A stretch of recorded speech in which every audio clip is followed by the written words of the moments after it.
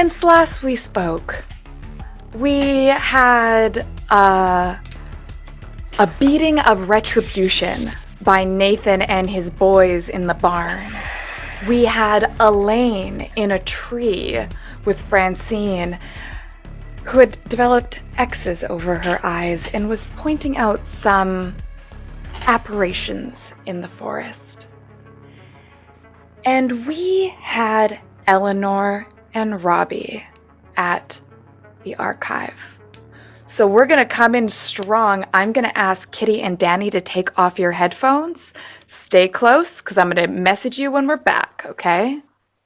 Aye, aye.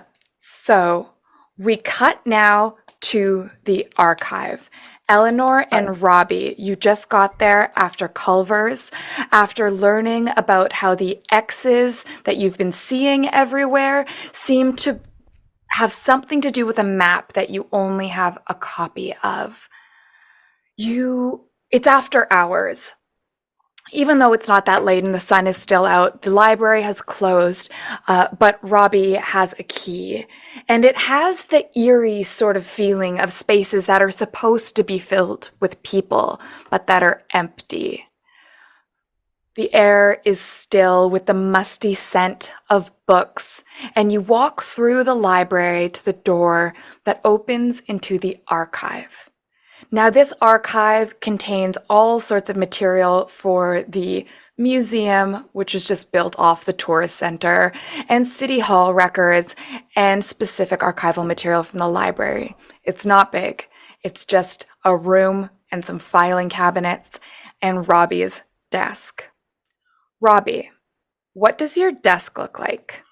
Just an absolute mess. I don't even think it can technically be constituted as a desk. It's like two pieces of plywood that he grabbed from the lumber mill, lumber somewhere, and has just like lumber. Yeah, and has just affixed them to these like smaller cabinets. It's covered in like Culver's trash. There's probably like a small, I'm not really sure what they're called. I guess like tourist knickknack, like one of those like stuffed beavers, but it has like the head of a cow, and he just uses that to like hold his glasses and like a tiny hat, you know, in case he decides to go out and wants to dress up a little.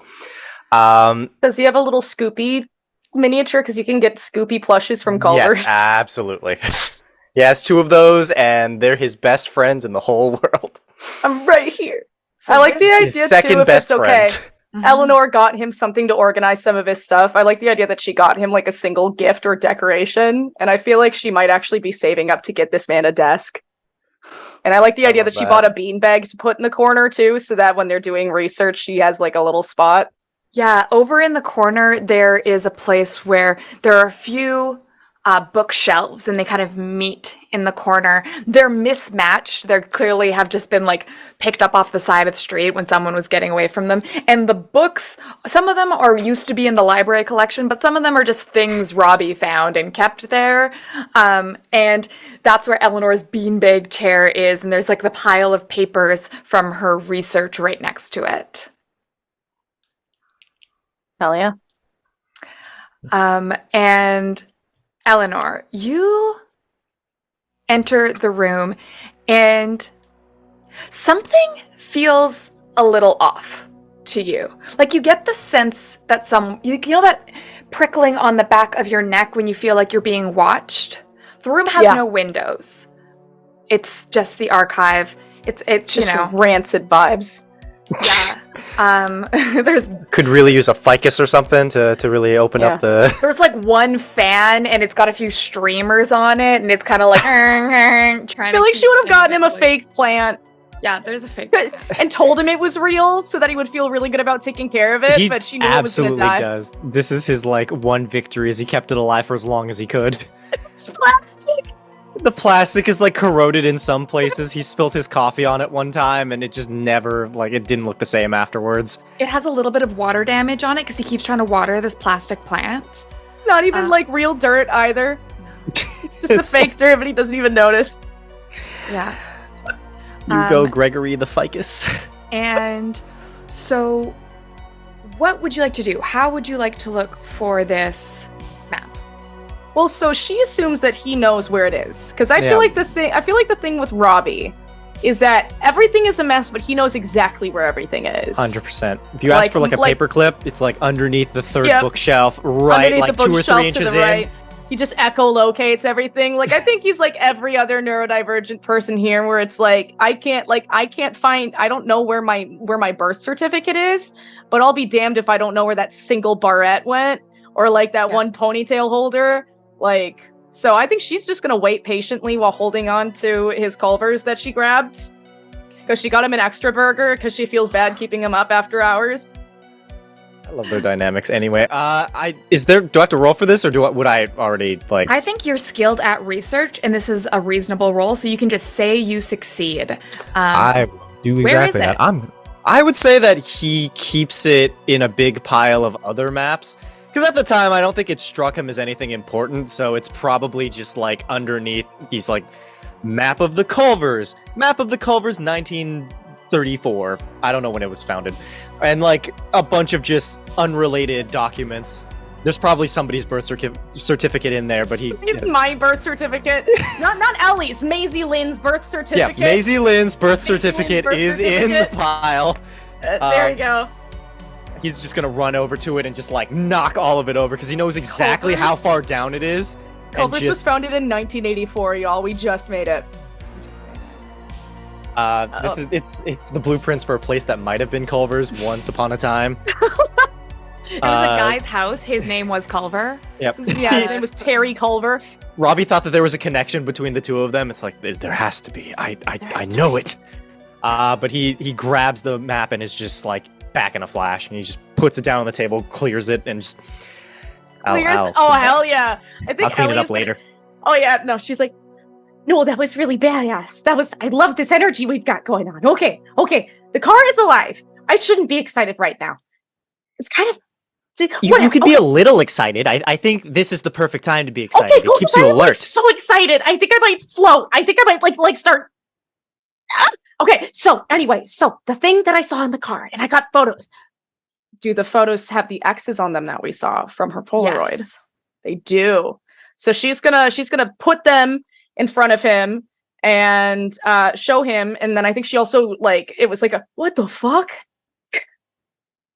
Like as she was watching it repair, because she's used to everybody thinking she's crazy, and I think that's why she poured so much money into a Polaroid, is so that she's like, no, I'm not. Just gonna pick up the photos and just kind of like hold them dangerously close to his eyes, just like. And I think what she's gonna do is she's gonna try to see if there's if she holds up the Polaroids, if they match, if there's an X here, and here, if there's a certain part of the map where there's an X here, and here, to see if the marks on the car have any relation to the X's on the map, and maybe it's triangulating something or it's a fragment. Yeah. Give me a brains roll. DC 8.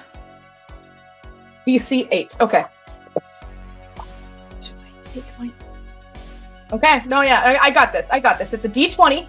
It's a D20 for brains. Absolutely. Easy. This is prepared. You can half it if you want, or you can roll. I'm allowed to use adversity tokens if I fuck up, right? Yes. There we go. All right, we got this. Oh, hells yes! Oh, hells yes! That is an 18! That is an 8 fucking teen! All right. When you succeed by 10 or higher, you do so smoothly and easily. You could be unexpected positive results from a success of this degree. Congratulations. I have no social skills, but damn, if I solved the mystery. Episode 2. Let's go. There we go. Thanks, everybody. I am Zepotha. The friends we made along the way. The map was Zepotha the whole time. Well, Eleanor, you take the photographs and line them up, trying to align them with the X's on the map, and you're trying to find patterns, and you do find them. There are repeating patterns that were in the car that are also on the map, and it seems almost like stars in the sky. drawing constellations. It takes a moment, but the connections, they almost appear to you. And you see that they spell out a word. And it looks like this map says Zepotha. Do I know what Zepotha is? Well, give me a brains roll. All right. I'm going to say this one's a bit harder. This is going to be a DC 15. Oh, Lord. Did you share this information? Oh, yeah. So do the X's form the word Zepotha, or is it only with the, like, or did the X's, like, hint at the map, and once I put everything together, it spelled Zepotha? Exactly. Once you kind of put it together, that's what it seems. And it's still like, it's still like one of if you things look where someone could tell you that's not what it says. They're just random shapes. Yeah. It's like just you having your seeing through the matrix moment. It's like looking at, like, if you look up close at a TV screen, you see just the pixels, but it's when you're able to actually look at the full thing. Exactly. Okay. Got it. And so I'm visualizing. Okay, so, all right, I'm going to do a brain roll. Mm-hmm. So that's not as great a 3, but can I spend an adversity token to do Oh, wait. I don't know if this would apply to intuitive. Because intuitive is, I can spend an adversity token to ask the GM about your surroundings, an NPC, or the like. The GM must answer honestly. So what did you get on the roll? I got a 3. So that would have to be up to you if I'm able to use an ability. So you're going to fail this roll. Okay, sounds good. You can still use your ability as a separate action. Okay, sounds good. Do you tell Robbie, do you say the word Zepotha out loud before you start kind of like rifling through your mental thing? Because it definitely isn't at the front of your mind. I would say at the very least he's like hanging over like your shoulder and just kind of watching. No, but if you decide to not share it, then here's the thing: is my conspiracy theorist brain is like, if you say it, something happens. But my first thought was she wouldn't know that. But then I'm like, oh, wait, of all the people in this fucking campaign, of all the characters, I think she would maybe be. She would be like, and then kind of like, and maybe kind of say. She would probably gesture him over and say, okay, do you see a word? Do you see anything there? Yeah. Do I see a word? You do not. I can't say that I do. Just looks like a lot of odd shapes. She's gonna kind of gesture and she's gonna offer the Z. All right, you do that. Chris, could you please take off your headphones? Oh, Lord. Oh, don't do this to me. All right. Eleanor. Uh-oh. You reach forward to the map to trace the Z, and your finger just gets a little too close and touches it. Oh no. And you pull it back. And it's like ink smear from a newspaper, but there's blood on your hands. And then you are falling. You are falling and everything is dark. You fall until you don't have any point of reference around you. It is just a pitch black and you crash to the ground hard. And you are at a crossroads. Nope. It's a dirt road. And it looks a little bit like your town. Maybe how your town looked in 1937. No. It's a dirt road, and you're at the cross in the middle. And you look down to your left. And you see Alaine in the tree. You see Francine unhinge her jaw and bite into Elaine's throat, ripping it out like a jaguar. Alaine crashes to the ground and is swarmed by the spectral animals that are lurking in the dark wood. You look to your left and you see Robbie in the archive grip his chest in pain, collapse to the ground and reach for you for help. No! And you see yourself pick up the letter opener off his desk and stab him in the chest. What do you do? Do I have my backpack with me? Or was I separated from everything? Yeah, sure. You have your backpack.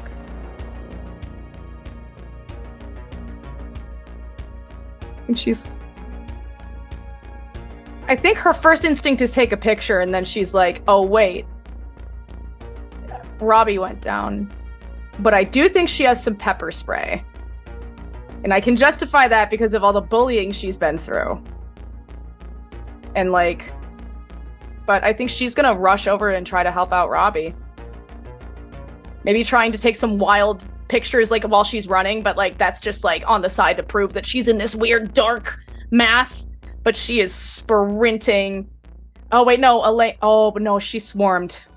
So she's crying her eyes out. She's panicking. She does not know what's going on. She's as she's sprinting, she's got her hands in her backpack.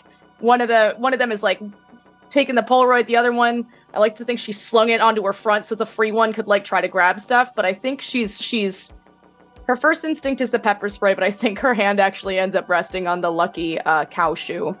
But that's about it. Until once she gets fairly close, she's gonna put the Polaroid and whatever pictures she was able to grab and stuff in the bag, shove it in there. Did you take pictures of the crossroad?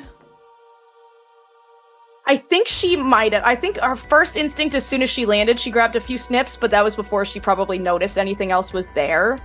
Mm-hmm. And put it back. The rest of these are probably just gonna be blurry ass movements because she doesn't know what to do. But I think once she reaches there, Polaroid goes back in the bag, and then pepper spray and lucky cow shoe come out.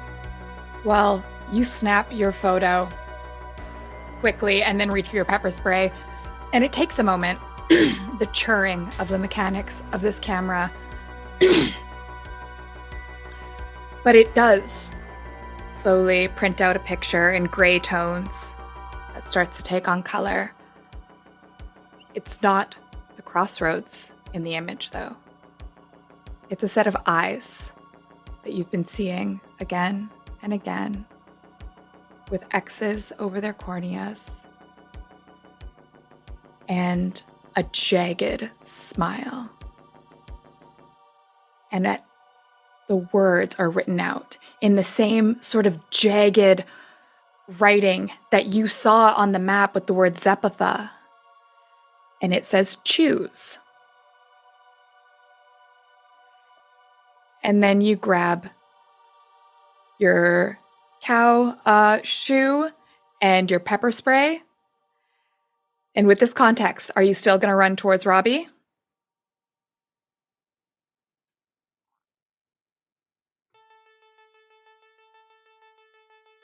Oh, God! Oh! She's gonna start, but she's given hope that Alaine is okay. I think she initially thought that Alaine was just donezo. But she's gonna choose Alaine. She's gonna choose Alaine. Okay.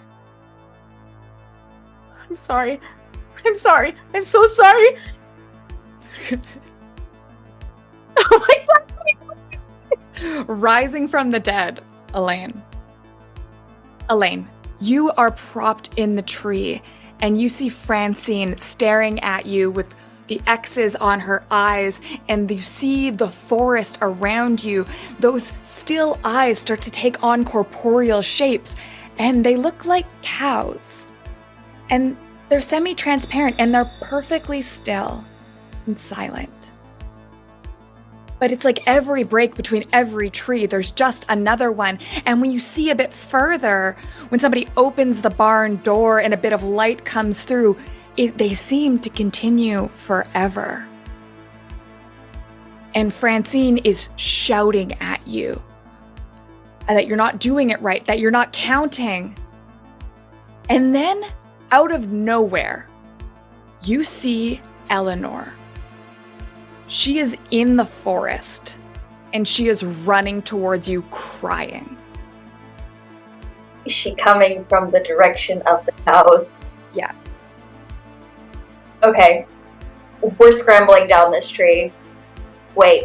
Keep in mind, she's holding pepper spray and a cow shoe while she's crying. But she's and all coming I'm from... gonna say too, probably since you know her from childhood, the pepper spray and the cow shoe are pepper spray is for mortals.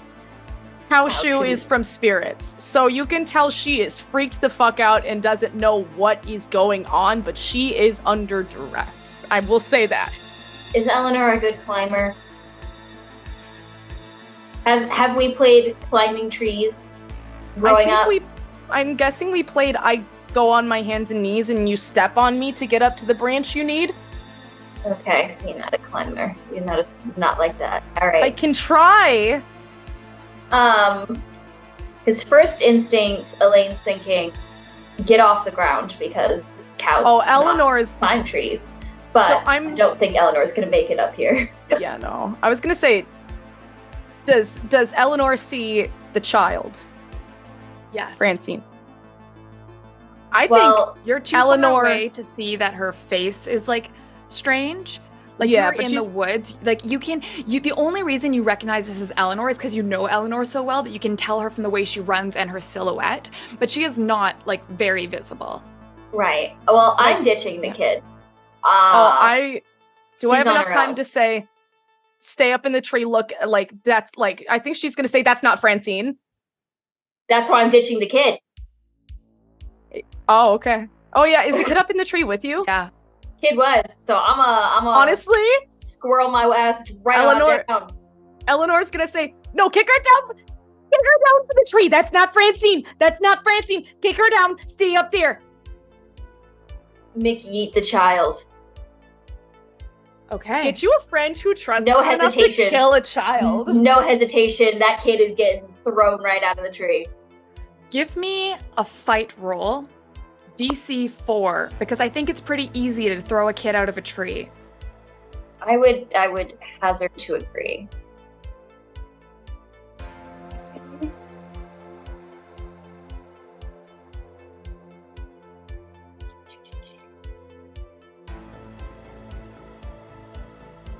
All right.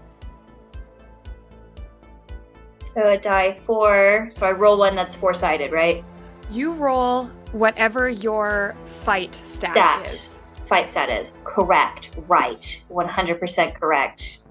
You just gotta beat a 4 with it. I've just gotta beat a 4 with it. Okay. My 4 isn't enough fight stat. Oh, that is what it is. Oh, you have a D4 for your fight? Looks That's like why it. She needs you. Oh, okay. Yeah. Shit. Ooh. 4! That's an exploding dice. So now you get to roll again. You get to add the number on top. Okay, go.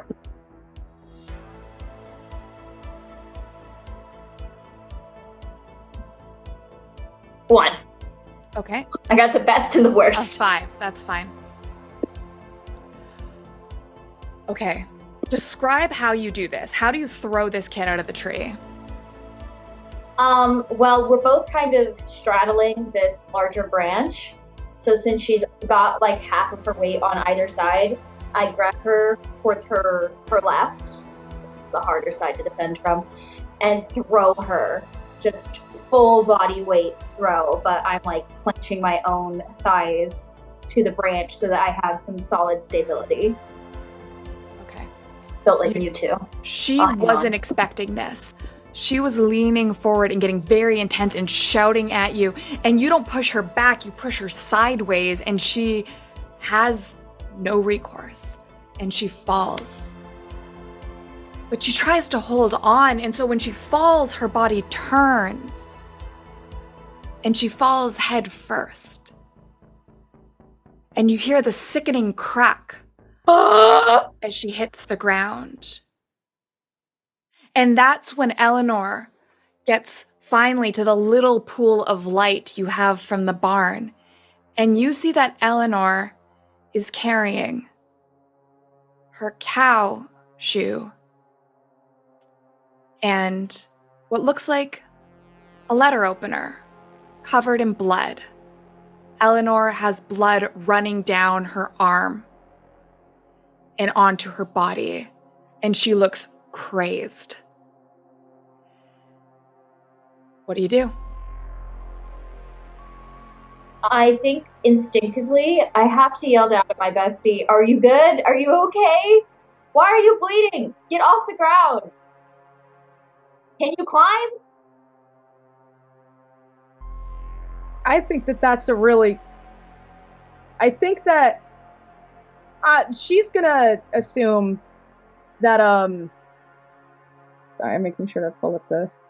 I think, Ellie is just gonna assume that, like, the bleeding is, like, from the fall. She's gonna maybe, like, look at herself and then, like... Is it all over me? Is the blood all over me? It's down your arm, like here, like this way, and then there's like some on your body.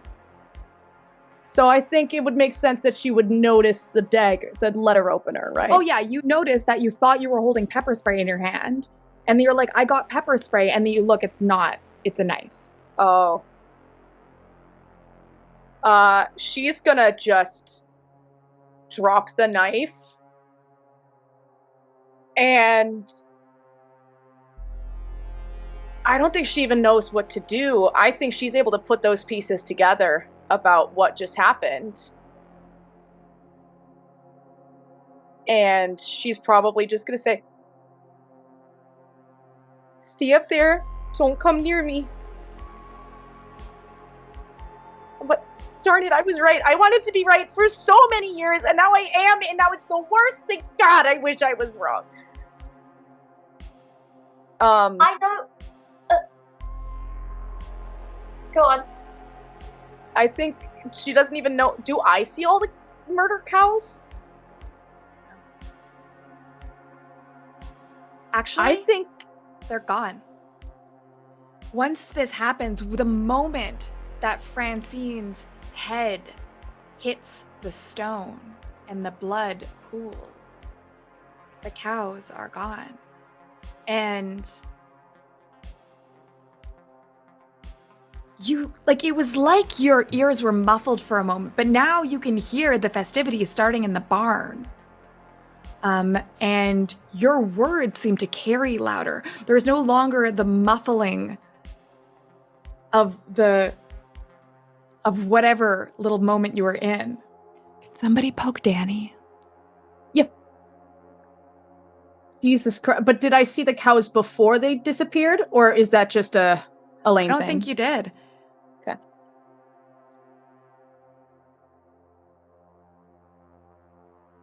Is the child still there?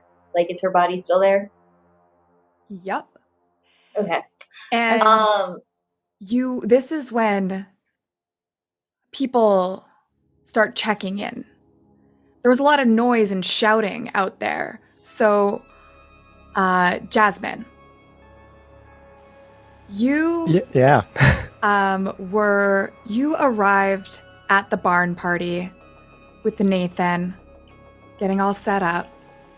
Things were just getting started. Things have escalated while you were away. Welcome back. God! I got the latter hand of it. What the fuck did you do? Who am I? Jasmine and Nathan. So, Jasmine, you have just arrived at the barn party, and Nathan, it's been about an hour since the incident with Josh now. What has happened since then? What is Jasmine walking into? Okay. Christ. Party crazy. The entire town that are children, like kids, teenagers, are here. We got everyone. Because this is a celebration of life. We're here to celebrate that life in any meaningful and non-meaningful way. There's a cake stand in the corner. Someone's hanging off the banisters of the barn, you know? Like they're just hanging. No one knows why. His name's Donald. That's what I do when I'm drunk. Donald's just up there. The party hasn't even started yet. Donald. They're already fucked up. Go off, Donald. Yeah. Off Donald. We're getting crazy. We're getting crunk. Nathan is sober. You know, he needs to make sure that everyone's here is all right. He's here to take care of everyone. He's here to make sure everyone has a good time, and we are truly celebrating the life of Gary. So, we're here to have a good time. And as soon as lots of people get here, he's reading over a speech, you know, a eulogy to pay respects to Gary. So, Well, the sun has set now. Eleanor, you might have noticed that this is a noticeable time jump for you. The sun was up when you went into the archive. The sun is down now. Jasmine, you finished off and dealt with some shit on your own. And then you're walking into this raucous party. And I look great. What are you wearing? I you know what? I think I really busted out some of the more like some of the fancier clothes. I need to make an appearance. I really need to cement that I'm the hottest person at this wake. I think I know the best goddamn outfit. It's that one fit that Veronica wears in the Heathers movie to the house party, like that cute ass dress. Absolutely, yeah. No, 100%. It was actually a reference the Zepotha filmmakers put in, and yeah, actually, it's the same clever. dress, just in a wait. Are we keeping up with what's Jasmine's color? If we're keeping up with the '80s vibe of everybody has their color, you know. I feel like it would be like I don't know. I feel like pink, Jasmine? maybe. Or the Oh, color Jasmine. oh yeah. Oh. Anyway, I'm the hottest person at this wake, though. I make No, we know. I make the very like cursory surface level like, oh my god, how are you? Like oh, rip Gary, and like kind of looks up at the sign that like was clearly supposed to say Jerry but is spelt wrong. It's like, oh, I didn't know that's how you spelt that. And the party started, or are we just like? Well, it started arriving? for the boys. A lot of For the normal people. It's like, I feel like, you know, it's like the early hours of a party. Okay, Where, I have time. but the people who are like there to be like you know what I mean? we're pre-gaming. We're pre-gaming right now. We're pre-gaming the party Pre-gaming at the party. You're pre-gaming awake. At Hey, a celebration of life. my We're apologies. taking Jerry shots. Cherry shots. Yeah, and They're red. It's a bit. it's They're cherry. red. It's I was gonna Kahlua say and beer. Oh, It's in God. one of those paper cups to celebrate that he died in a paper mill. Horrific. A bit of bleed through. Anyway, So you see, you know, Nathan there lording over his troops. I'm gonna walk up to my boy. Hey, what's up, Jasmino? How you doing tonight? You look great as always. Thank you. You look lovely. How was setting up everything? Everything's great, you know. Reparations were had. Party was set up. R.I.P. Jerry. I don't think reparations is the word you're looking for, but No. And Josh paid his reparations. Oh, that's right. You look over Mhm. at Josh, and he looks like he's been beat to a fucking pulp, but he is doing a keg stand about it. Yeah, I'm not really sure what I'm supposed to do with that, but I'm glad that you at least got reparations. Let's call Hey, it. these boys are my family, and I need to hold them responsible. I know, and you do love your family. You love your football. I love my you family. I love Go- my school. I love this Go town. Beefaloes. Go Beefalos. Felt Go that thing. Beefalos! Go Beefalos! God, I love Jerry. And like you just like this chant of "Go Beefaloes" starts. Yeah, Beefalos! And as it dies down, there's like a lull between songs on your shitty boombox that you're using as a sound system. What are we playing? Yeah, like what is your kind of like 80s teen rock? Like, I don't know, Breakfast Club ass shit is what you're playing. Won't you forget about me? My immediate thought was ABBA, and I'm just like, that's not the time period. Thinking. I was Wait, like, no, Dancing Queen. I love the idea that Nathan listens to ABBA, even though it's like, that's old music. That's like me listening to like Black Eyed Peas at a party and like taking the aux cable. No, Nathan loves ABBA, and if anyone touches that boombox, like, I'll kill you! I need my fix, man! Cool still. That was really cool! Fucking amazing. Okay. And in the lull between money, money, money, and Dancing Queen, you hear shouting outside that sounds scared and chaotic. Jasmine, you hear that? Yeah. Should we? This is gonna sound kind of a celebration. Yeah, maybe somebody was hurt. Maybe one of your boys got into some more trouble. Maybe they're beating Danny again. He might be out of the hospital at some point. No. If they are beating up on another innocent, I swear to God, let's go outside. I do love your dedication to justice. Thank you. It's not a far walk. And it's not like they're hidden.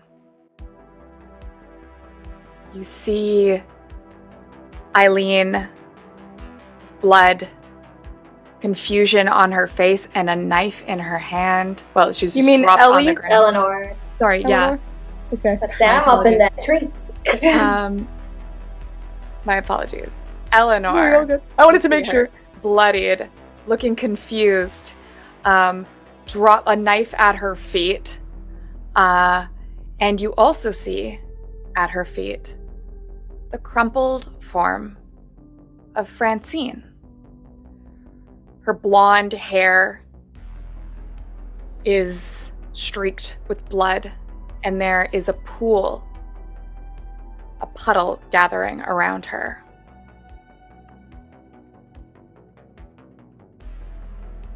I think Jasmine's just gonna run up and throw hands. I think Eleanor is going to... I think instinctively she's gonna try to grab the pepper spray, but also just... This isn't what it looks like, I swear to God, this isn't what it looks like, this isn't... I think she's also, if she has time, gonna maybe try to throw up a look of, like, stay hidden to Aileen. Aileen, are you still in the tree? I'm still in the tree. Okay. I'm a little lower in the tree because I started to move my way down as soon as I McYeeted Demon Child. I started to make my way down to Ellie. Okay. Jasmine, go get the boys, would you? I'm just throwing hands right now. I don't think I even recognize this. Oh no, Eleanor. Eileen just grabbing you by the collar. Just what did you do? Josh! Declan! In all this chaos. Don't do fucking move! Stop! What did you do to my sister? She fell. She's trying to help. That's what the knife is? That's what the knife is? Yes, the knife is to help cut into the liar! Do you know anything about medicine? Liar! Was I not fixing up the boy that your boys beat up earlier? I'm trying to now save your your friend is standing over the corpse of my sister. We're trying to help her. Try to help her with a knife. That is exactly what you need. What else do I have? Get down from that fucking tree!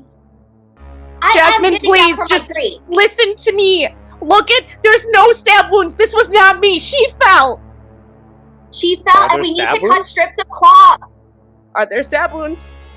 No, she busted her head. You are holding Eleanor, like, in her fucking face. You have your makeup done, your lashes and glitter. Eleanor doesn't like how much she likes it. You're just like shouting in Eleanor's face as she is sobbing and has blood on her. Now, if you want to stop to inspect Francine, you're gonna have to let Eleanor go. Eleanor, the knife has already been dropped. It's just her with her cow shoe and just like, I swear to God, it wasn't me. You can look.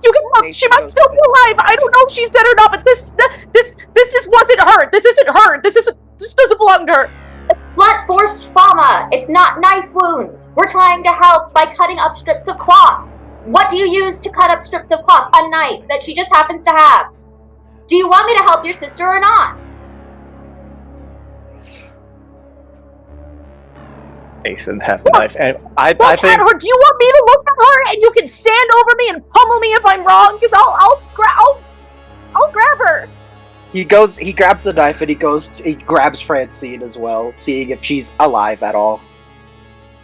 I think there's a moment's hesitation as like Jasmine is weighing the options and kind of like looks over to what Nathan is doing. We see this almost biblical scene. Nathan silhouetted by the light of the barn, flanked by Declan and Josh, cradling the body of his kid's sister, her head craned back at an impossible angle, her hair matted with blood. She is unresponsive. Francine. Come on. Francine. You know Mom doesn't like it when you do this, like pretend. Come on, babe. Is there a pulse? Does she have a pulse? If You should have Alaine check. Don't touch her. Don't. I'm not gonna touch her. It's not me. Alaine is the one with the experience here, okay? Try to help her. You say she fell? Yes, she wanted to climb the tree after me, and I told her no.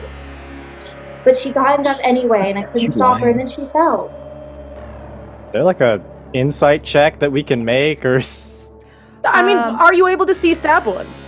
Does Jasmine see stab wounds? There are not visible stab wounds, but I don't think. How about Alaine? Give me a charm check.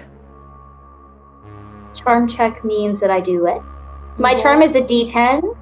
Yes, There you go. and you are going to try to get, well, I'm going to say to make Nathan notice that there are no stab wounds, to kind of get through that, it's a DC 6.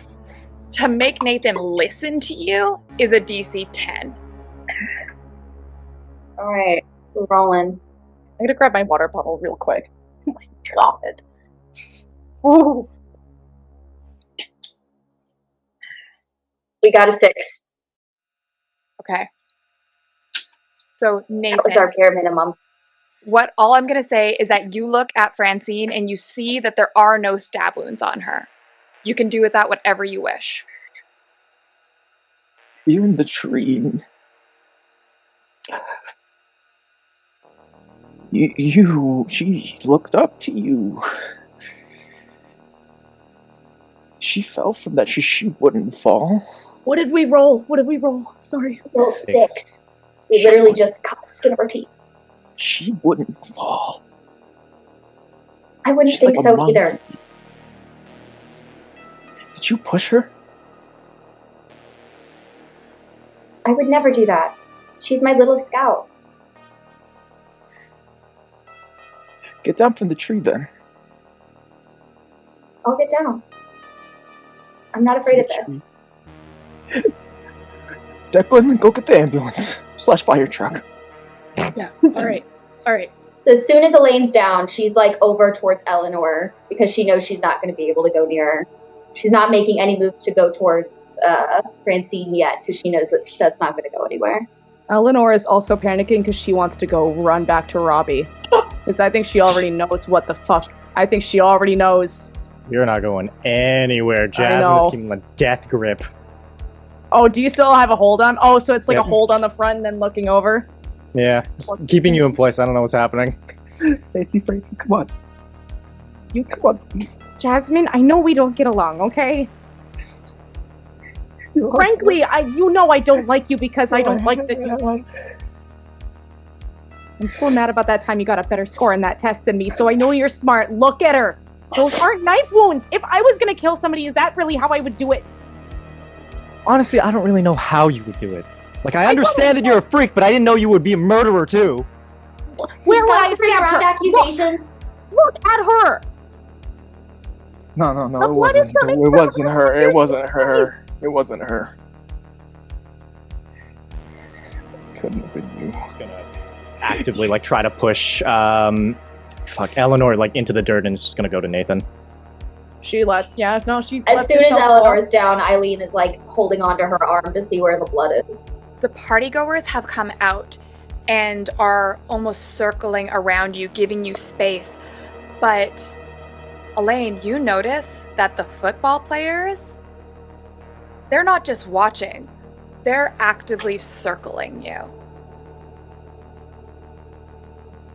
Ellie, I'm gonna need you to listen. I'm gonna need you to do exactly what I tell you to do.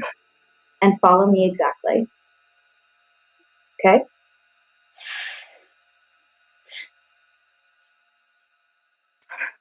Where's that fire truck ambulance? We're gonna wait for just a minute. As soon as a few that minutes fire... out, they'll be here soon, I think.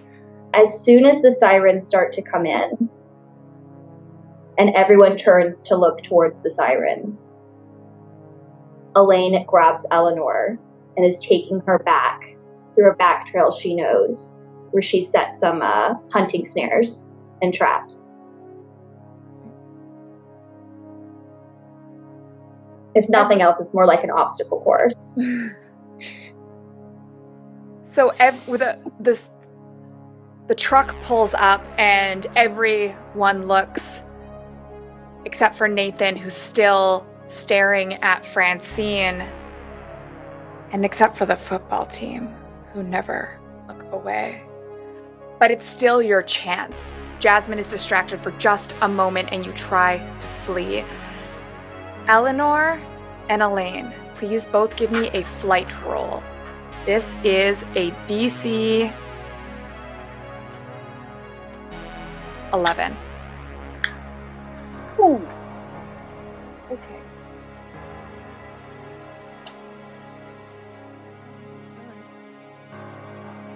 I got a 4. I got a 10. Would you like to spend an adversity token to make that a success?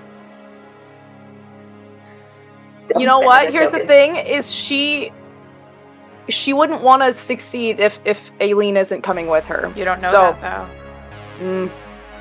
Well, then I'm gonna add that. I'm gonna add that point. I'm gonna add that adversity token. Make it an 11. The two of you, Alaine, you grab Eleanor and you just start to run, and you have some, dexterity. You know the woods. You know how to run through root systems faster than most people, but Eleanor is lagging behind.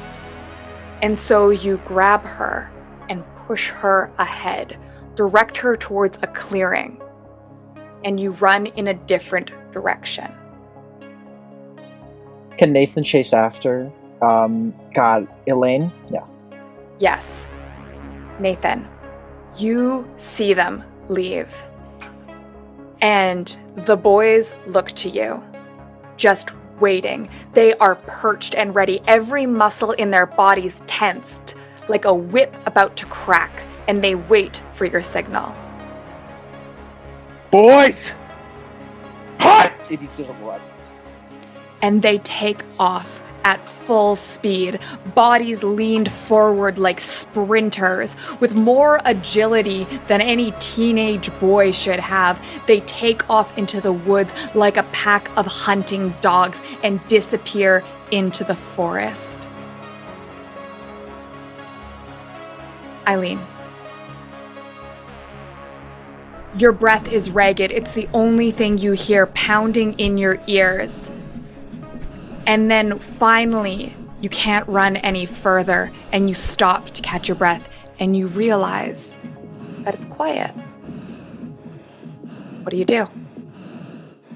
Things that are quiet in the woods is when predators are about. I check around me to look for my surroundings in terms of catch my bearings. There's a lot of little hides that I know around here. There's a lot of things and quick things I can make. So I'm trying to just think of what I've got and what I can use. Am I in the right spot? I'm pretty sure I knew the right way to turn to send Eleanor down the path that is easier. It's very clean cut. And if they follow me, I should be able to find one of my hides. Did I take the right direction? What not kind of often that traps I'm do the you predator. have set? Rabbit snares, mainly. A lot of rabbit snares for catching game. But then there are also a couple of pits. She might have dug a pretty decent hole or two because she wanted to try to catch bigger game. So there's a couple of pits about. Okay. And then a few coverts for actual, staking out hunts. You have a moment of quiet, of blood pounding in your ears. And yeah, you know the woods. You know that it's never a good sign when the crickets don't chirp, when the birds quiet, and even the owls hold their breaths. And so you know when the crashing sound comes, a yelp of pain, something bestial, you know it's one of your snares that has caught someone. Someone. But this isn't a lone predator. This is a pack. And as you look back, you see a glowing pair of eyes in the wood. And then another, and then another. And you see the slowly approaching form of Nathan. And you know what it is to be prey. With that scene, we will fade to black.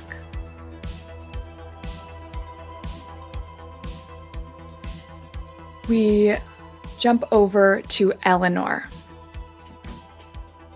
You manage to follow the clean path and end up on the outskirts of the woods, it almost looped around and back. So you can see in the distance, you're in the dark, but you can see the barn and the lights of the siren. You can see the paramedics kind of in silhouette, taking Francine on a stretcher. And you can sort of see the few dim street lights back towards town. What do you do?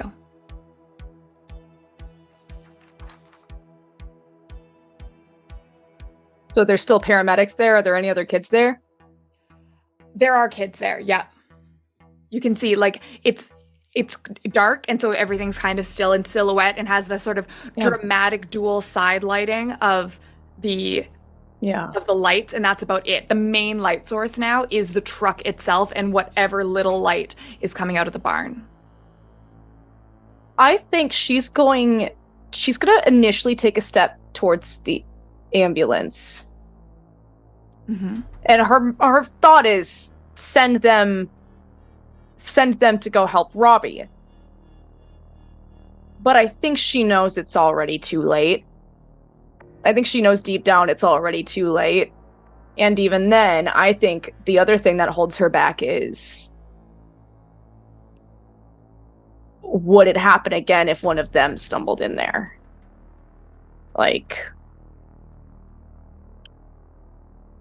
So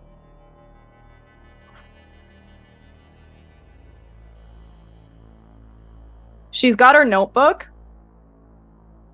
I think she's just gonna write help Robbie and then write down what room he's in, the library, the archives, and try to slip through the crowd and maybe put it in one of the paramedics' pockets or something like that, or wedge it in the door to the ambulance, depending on what's available or something of the like. But she's gonna try to be stealthy. I think this is going to be a flight roll, because flight is when you're trying to get through places without being caught. Yeah. Yep. So this is going to be a tricky flight roll. There is a lot of chaos, but everyone saw you. Everyone saw you, and you're covered in blood still. Yeah. So if you're going to reveal yourself, this is going to be...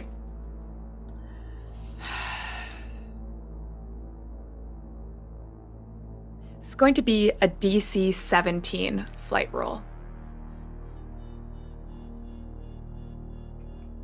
Okay. Depending on how this goes, is there a possibility that Jasmine might have seen her? Well, we'll see how it goes. If she fails this roll, Jasmine, You might see There's her. no way for me to beat it, but do I have to roll anyway? Technically, any get a bunch roll of is explodes. possible because of exploding dice. Yeah, but I... Technically. Statistically unlikely? Yes. But possible. I'ma roll those dice. Give it a roll. You gotta know how impossible it is.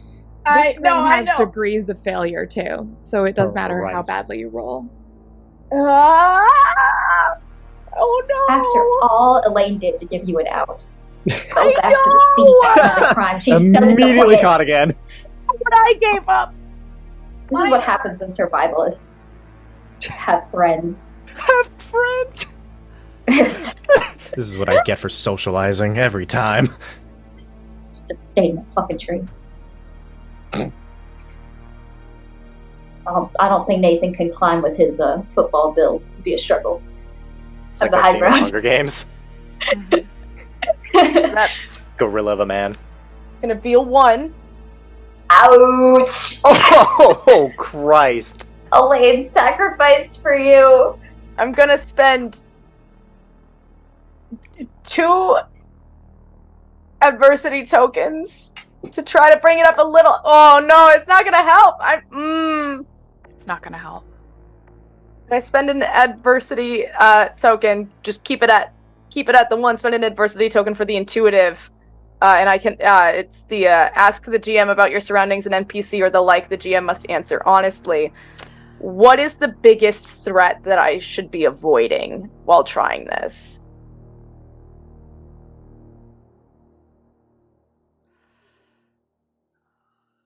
You see that that the sheriff has shown up. He is there and he is looking. You see that he's taking notes from some of the high schoolers. And you see that Jasmine has a mean look in her eye. And Well, she always has that. Yeah. Meaner. Meaner. You do see that the football guys, the ones who are like the most violent, don't seem to be there. They're all gone. But other than that, that's what you see. And I've already rolled, right? It's done. Okay. Yep. Here's what I'll give you. Because of the way this game works, if you fail by 15 or greater, the failure is staggering and catastrophic. If you fail by 14, the failure is profound. So if I can give you that, if you want to spend both those adversity tokens to go from catastrophic to profound, I'll allow it. Yeah, I'll do that. Okay. Yeah, I'll do that. It's still gonna be real fucking bad for you, though. I just want to make that yeah, no, I have clear. no doubt. I have no doubt. Okay. Okay, if I eat my ramen It went from real quick, shoot too, on over sight to arrested. I went from worse to bad. So Eleanor is gonna end up next to Danny in the hospital. I'm We all just end up there. I'm gonna end up next to Come here, Francine in the morgue. Okay. She's not dead yet, I think. Hopefully, please. Period, question mark. Well, Why don't is we Lydia? take 5? Because I need to DM you all some little secrets and give Maisie a chance to eat some ramen. Oh yeah. Oh, How does that sound for everybody? Yeah, that works. That works. Oh, Lord.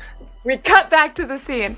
Eleanor running towards the audience, trying to stay tucked to the shadows, but you just don't have the stealth.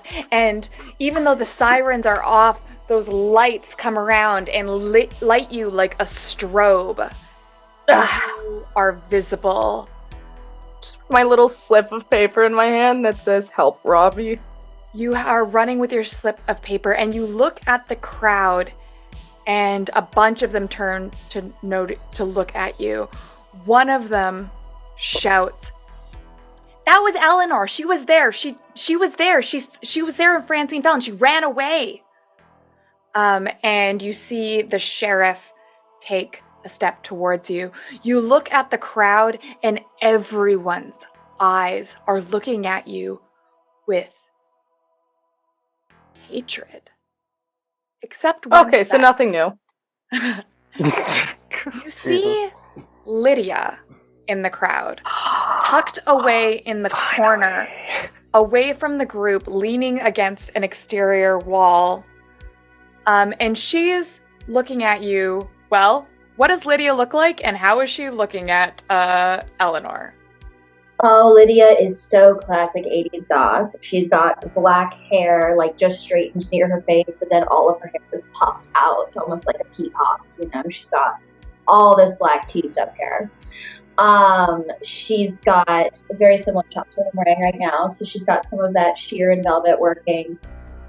This was obviously a party, so, you know, goths gotta be styling on everyone in their own way, but of course the non-conformist way, because I'm not about to be like a poser, you know. So instead, she's got, you know, this long, like, Victorian black skirt to go with her kind of sheer top. And she's, you know, chilling back. She's probably just finished smoking a cigarette and she's putting it out on her boot. These things are about to get interesting. Okay. Eleanor, you go to run, and where are you trying to go? You see that they've seen you. I think she's honestly just gonna drop the paper and just be like, no matter what happens next, I just need them, because the papers literally help Robbie Greshwell, or whatever his last name, and she's gonna put where he was, like directions there, because she just wants to point the paramedics to Robbie, you know. And I think she's probably gonna she's literally just gonna run the direction where there's less people and just try to get out of there. Maybe try to make her way over to Lydia, but she's like, she already knows that she's like, this isn't just like no, shit's fucked. Like, this is bad. Am I able to utilize the message you told me? Well, let's say this is when you discover it. You go to run, and it feels like you miss a step. You know, when you when you reach the bottom of the staircase, but you think there's one more step, and you go to step, and it's like that lurch forward, and then suddenly you're right in front of Lydia, like right the fuck in front of her.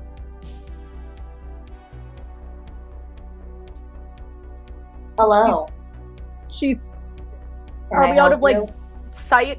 Oh no, you're else? so visible. In fact, Lydia was doing a great job of being inconspicuous in the shadows, but now you have drawn attention to Lydia by turning towards her, running, and then teleporting about 6 feet. So now everyone can see you. Great.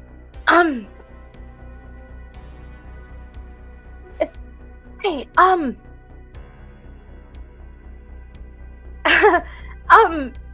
meet me at Evil Hill. There's some stuff that's gone down, and I don't know. I think you might be a good person to talk to about it, and you might be somebody good to know about it. Also, I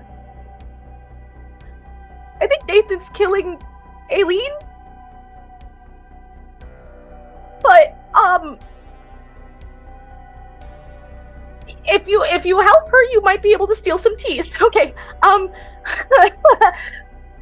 fine. And I think she's gonna just take off and try to teleport again. It's little fits and starts, but yes, you teleport short distances. Jasmine, you witness all of this. She was coming towards you and then did a quick right turn and then just kind of hopped away. So she's moving fast, but you see all of this. Am I watching her teleport, or is she just like... Yeah, you are. It is dark and the lights are strobing, so you can see... There's like plausible deniability, but like... You can see the rationalization of the people around you of being like, weird, like, I didn't know Eleanor could run so fast and shit like that. But you tell me, are you a believer or do you rationalize it? Oh, Christ, that's a good question.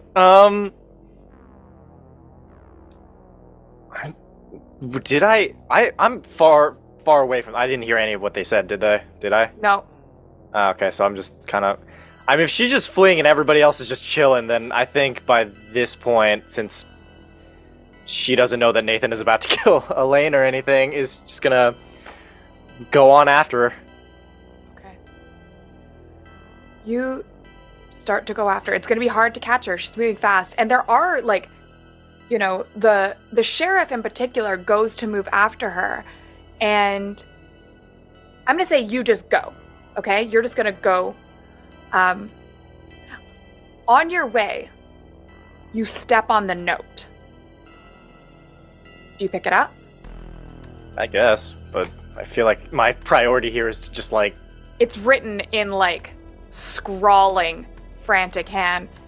Help Robbie Gretschel, archive, back room. I feel like there is a brief moment and of just like, oh, God damn it. What did you do this time, freak? As she's just gonna turn around and go to the paramedics. Okay, so you leave her. You turn back. The paramedics have cleared off with Francine. They're starting to close the truck. But you see... Actually, Lydia and Jasmine, you both see this. As the sheriff picks up the dagger on the ground. Carefully. Looks at it. Looks at the blood. And then pulls out an evidence baggie. And seals it. You can see... You hear the people around him telling him that Eleanor ran out of the woods, covered in blood and wielding this knife, crying. What do you do? So did the paramedics leave, or did I manage to tell them about where Robbie was?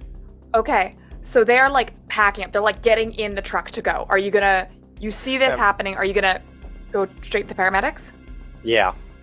Okay. I'm gonna clock it, but I kind of want to make sure that this... All right. My main customer isn't fucking dead. Yeah, Jasmine. What? We're kind of busy.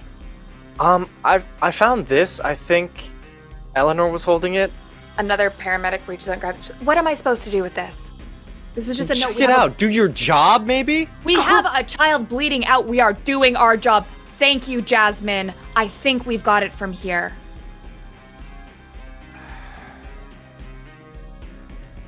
Sure. All right. Just look into it. Maybe if you can spare the time. I would really just prefer somebody to not die. I need the tips. Give me a charm roll. DC 10. DC 10. Okay. Listen, this is a small town. Their hospital, like, I don't know how big of a hospital you would even have in this small town, and all you have is a note. That's a fair also, point. People don't super like Robbie either. They just think yeah, that's right. Nobody likes Robbie. Nobody but they like me. I don't think the adults do like Jasmine very much. Do they? Oh shit, you're right. I think the kids like Jasmine, but I don't. She's a floozy. I was gonna say she's a floozy. She's a floozy. So well. She's one of those loose girls. I'm gonna take half of the roll because that's a success. Because half of my D20 is 10. So I'm not gonna risk it. I want this man to live. Because it's your character? No, because he's fun. He's so sweet, I know! He had a sad life. Okay, so she's all right, well, we'll get Francine to the hospital, then we'll go check out the archive, okay? Thank you. All right, just stay safe. Don't drink any more alcohol. I haven't had any, but all right. Might need some after this. And they close the truck and take off with the siren going. I think it was already closed by the time I walked up to them. Because if not, then I probably... Okay, I was going to say, just eyeing the back of it since...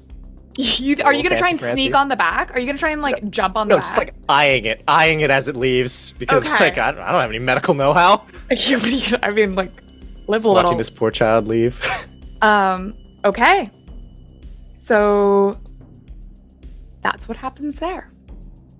We're going to leave that, and we are going to hop over to Nathan and Alaine in a clearing in the woods.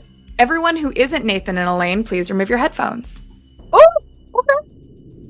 Something has changed in the texture of the air. The night has taken on an electric quality, and you feel so alert. Like some limitless shit, the way the adrenaline is pumping. You can hear everything. You swear you can hear the blood rushing through your own veins, both of you. Nathan, you are flanked by your boys, and you can feel just like instinctually, what every single one of them is thinking, feeling. You can feel their hunger, their rage, their bloodlust. You can see through their eyes as they look at Alaine. They see her as a cornered rabbit. Alaine, you can reach out to the woods. You feel the oaks and the pines shiver in the night wind. You see in your mind the traps you laid too far to save you at this moment. But you know that even the soil feels the electricity that you do. What do you do? Well, in nature, cornered animal is the most dangerous animal that there is.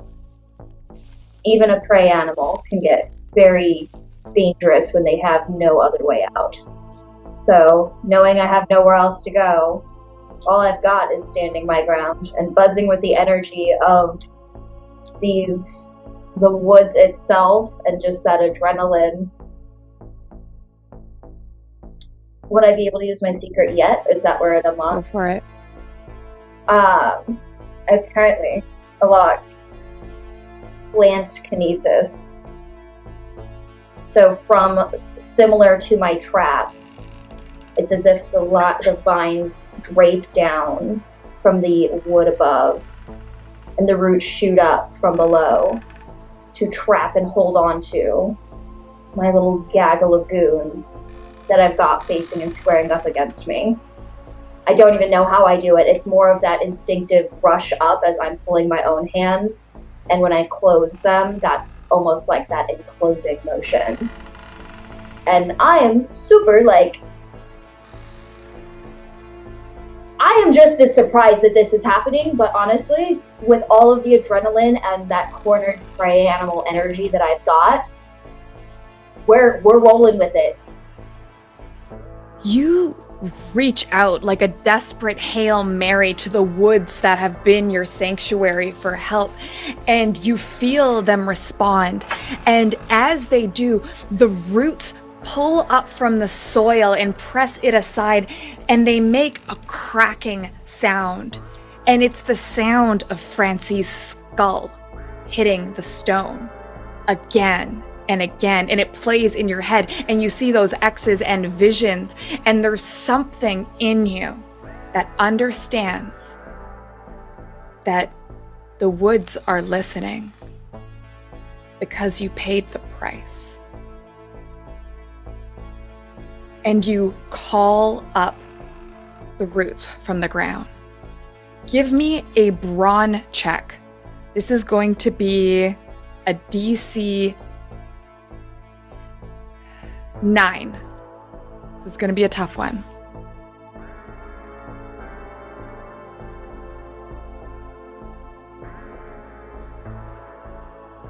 Ten. Nathan, you watch as you and your boys are ready to go tense, and the ground starts swelling in front of you, wrapping around their legs, encasing them, where the trees, the limbs reach down and grab, and you hear surprised yelps behind you, bestial sounds of confusion, and you feel the tone in your mind shift. That anger leaves and fear takes its place. What do you do? He's gonna look at Alaine.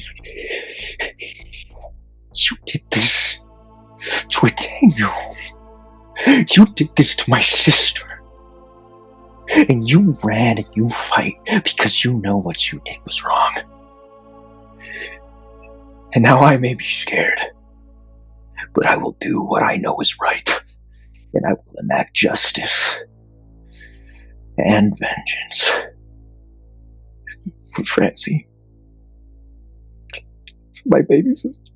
He's gonna rush at her. Give me a fight check.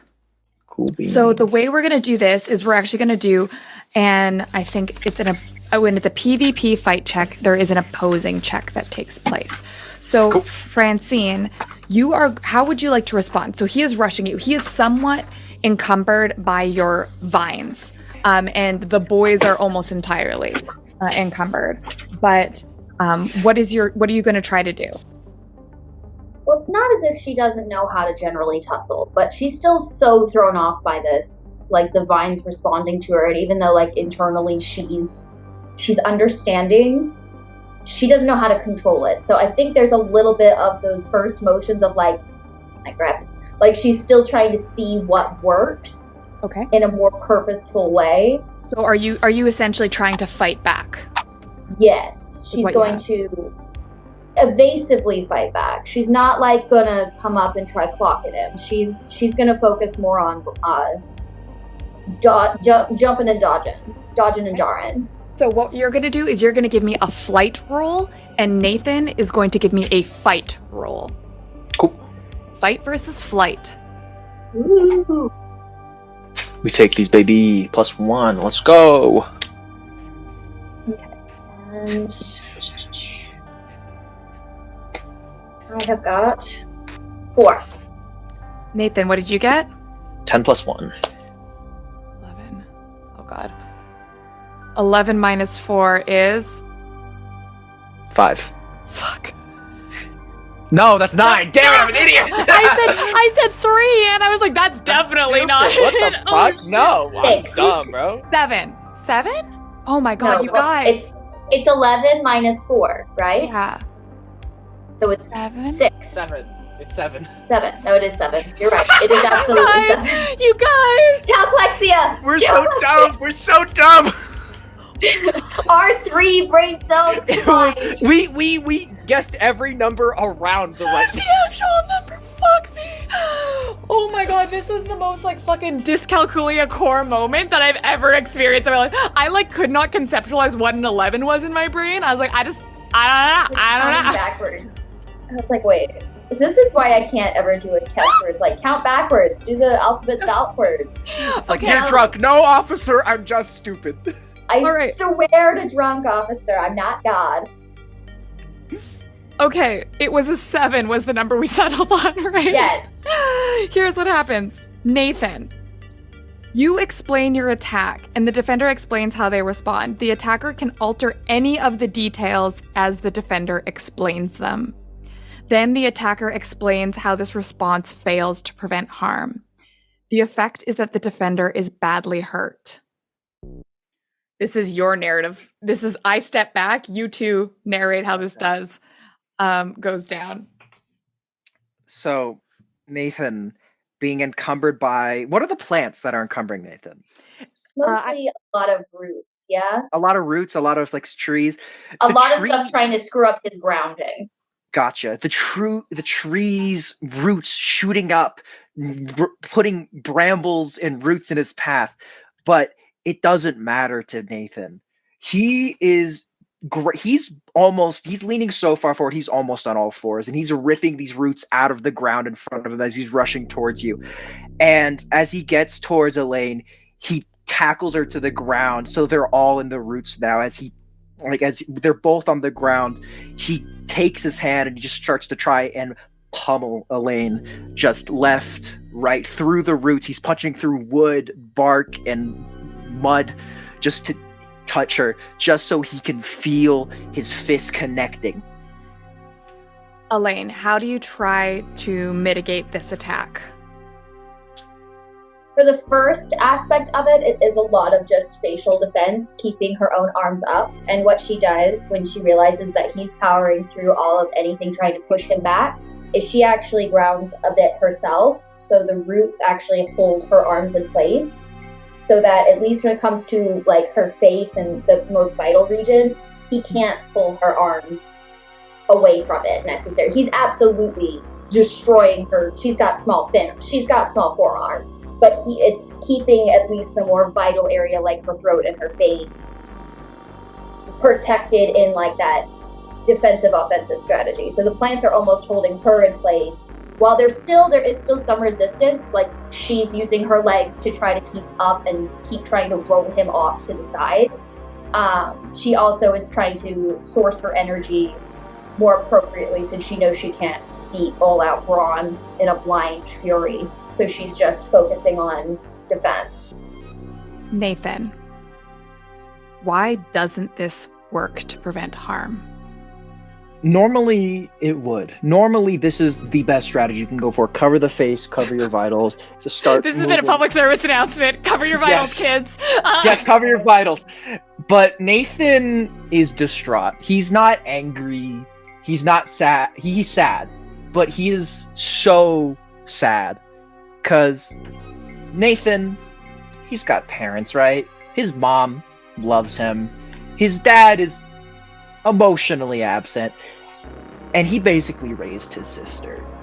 And besides football and school, she was his entire life. And he did all of this so he could succeed, so he could help give her a better life away from their dad.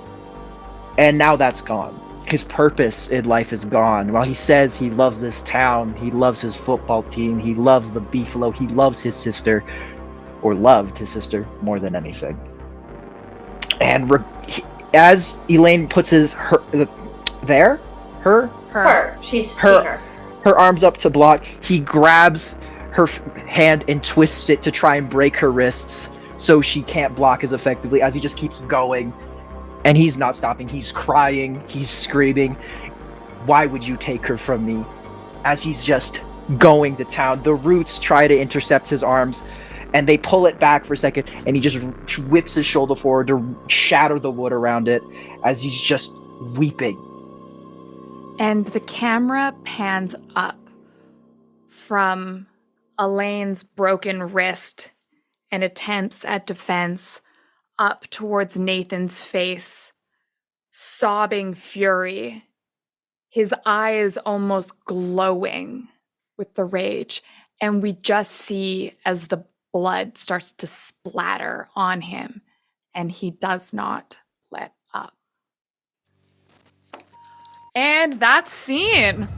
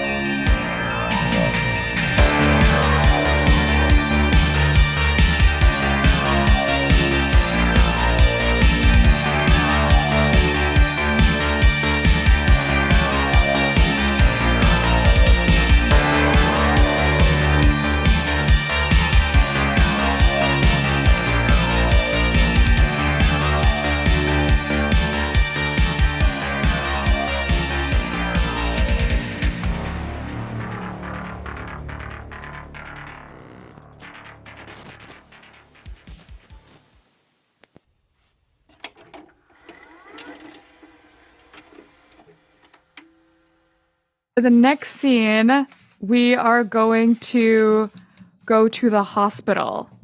Oh no. So yeah.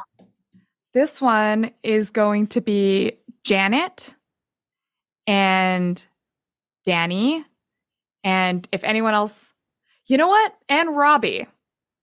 Oh, Robbie's there? Robbie?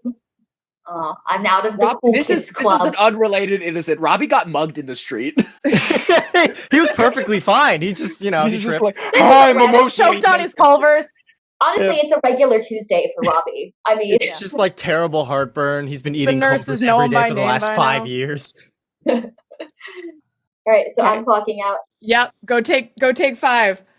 You Yeah, did amazing. apparently. You're wonderful. I do You're too. beautiful. You're perfect. And I would never murder you. Go be close. Here, let me get in position for Danny real quick. I'm gonna miss the funniest part of this entire thing. Thanks. I love it. Oh, and I gotta Robbie, get all Janet, Janet up too. Robbie, Janet, and Danny walk into a Robbie. hospital. Gotta get her the bun. Have I been stabbed? Where are we at? So let's don't worry start with about it. that. Hey, Robbie. Yeah. Let's do a little flashback moment. You're at the archive, leaning over Eleanor, looking at her. She points to the map. And then it's lightning fast, instantaneous, almost like she teleported. Oh no. Suddenly, she is facing you and has your letter opener from your desk in her hand. And you barely have time to register the strange shape of the X's on her eyes before she drives it into your chest. And once, twice, 3 times. And disappears. Could you please give me a tough roll? I think, or a grit roll. Is that what it's called? Yes. That's one of them, yeah.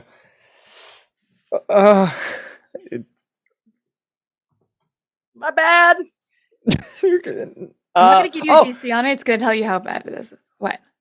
I got a 10, but I have a +1 to it, so it was a 9 + 1, 10. Okay, that's really good. Okay, tell me. You've just been stabbed 3 times in the chest. What do you do? She's gone. You are alone. Probably bleed out a little bit. Yeah. You can feel the whistle. You can hear that one of the stab wounds has hit a lung. I feel like he's been... I feel like in Robbie's mind, he's been preparing for the eventuality that one of these, Hicks is going to stab him. So there's probably like a med kit or something around here. Everything he needs to survive in this basement. And he's going to probably try to dress the wound and maybe call for help. Okay. So I'm going to tell you, you're going to have time to do one of those things. Either you're going to be able to dress the wound, or you're going to be able to pick up the phone and call for help. Which would you prefer to do? I think given the way that the town views him, he's probably going to have to rely on himself, so he's going to dress the wound. Okay. His one and only friend is gone. All right.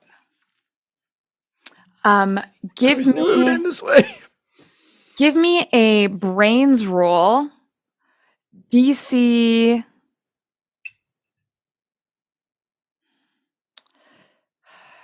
10. DC 10. You've been stabbed 3 times and you're okay? I'm not arguing. I'm just about this being too hard of a. All right, here we go. There's a 3 out of 12 chance. Oh, please. I want to live. I have to make it to the next scene. What the fuck number is that? And the Butterburgers give him advantage. Oh, fucking thank God. I have a +1 to this. That's just a flat 10. Okay. It's 10. Yay! You managed to basically jam some gauze into the wounds and staunch the bleeding. And what's the last thing you see before you lose consciousness? Eleanor's like gone, right? Gone. There's still the indent of her on her beanbag chair, but other than that, there is no sign of her. The knife is gone, Eleanor is gone, her backpack's gone. I think the last thing Robbie sees before he closes his eyes, possibly for the last time, is just that indent of the only person who ever cared about him in this town. And just the memories rushing back of spending late nights, researching, figuring out theories. There's just one person in town that actually believes him. And that person just stabbed him in the chest. And he's just gonna drift off. I feel like he's at peace in a weirdly dark way. It's just like, it's Did you say she had the X's over her eyes, too? Ooh. That's all he can do. You drift away. We cut to the hospital. It is a small, it's kind of like it's the doctor's office / hospital in this town. There's only a few people, and it is chaos. There are the nurses just look like they haven't slept in days. The general air of, you can just sense that the air is tense and stressed. And Janet, that's, you finally get some time. You got the Kickstarter underway for Cole's bail. To go check on Danny. I think I sent Donna to go check in on Danny for me. Did she tell me anything? Or, I figured she'll just give me a call if there's something super wrong. She's just not even there. Just... Okay. Oh no, I'm on my way there. I'm just is he dying? Is he rupturing? Because Donna would only text me if it was something super serious to pull me away from the other stuff I was up to. Quick reminder that it's 1987. There is no text. Oh shit, I keep forgetting. No a messenger pigeon. A phone call. I will say, okay, signal. You're at home putting together the casserole then, before you get to Oh no, she would have wound up. She's done helping Cole out. She's probably at the hospital. Well, actually, I'm gonna say you do get a call from Donna before this. Okay. Well, you mean Donna, how is it going? How is Danny? Well, it's so weird. They say he came in looking real bad, but he's doing better now. So they said he's stable, which I think is a good thing. See, that kid's a lot of things. Stable isn't one of them, but is he up? Is he out? Is he talking? I wasn't allowed to see him, but that's what the doctor said to me. Oh, okay. All right, sounds good. Is it Dr. Graham? Yeah. Oh, okay, he and I are good. You know what, I'll stop by, see how he's doing, all right? He's a little cute, too. I heard he's Dr. single. Graham. Oh, Donna. Oh, Donna, you talking about that Dr. Grant? Oh, you're so tenacious. I just love you little sugar you know plum. me. Oh, I know you wily little thing, you. All right, well, let's hope you can put some of that spice into your tuna. By spice, she means salt. Into your tuna casserole. Oh, I always do. Oh, This time I added a little pepper. Oh, pepper. Donna! Things have really changed for me since I started attending the Glorious Hole, you know? Oh, you know what? Yeah, no, lots of good things when you get that hole filled, Donna. I do feel like, the good Lord has filled my hole, and I appreciate that. It feels really good. I finally feel like I'm a part of something. I'm feeling really satisfied. Oh, that's lovely. Anyway, I don't think your son's dead, so that's nice. Oh, that's so good. That's so good to hear. I was getting kind of worried. Yeah. All right, you know what? I'll just hop my Tootie into my car. Hey, Karen. Oh, God, that looks amazing, Karen. All right, so Donna's going to be coming back here, right? I got some streamers, right? If you want to put them up in the backyard, we want everybody to feel real good, real confident. Avoid the color red. For obvious reasons, streamers in red, that would just be really inappropriate. Okay, I'll see you real soon. And she goes and grabs her keys and she makes her way to the hospital. She's gonna go in chipper as ever. You know, it's somebody needs to keep everybody from falling into a panic, and it's me, Janet. But so she's gonna walk on over, she's gonna recognize Dr. Graham right away. And she's gonna go, well, hello, Dr. Graham. How are you today, sweetheart? Oh, hey, Janet. It's always great to see ya. Oh, it's so good to see you, too. Oh, hey, I was so sorry when I heard about your son. Oh, no. You know what? He's a good kid. He's a lot like his dad, though very accident-prone, but a lot of times he can just be a little overdramatic. So I'm just glad to hear that he's all right.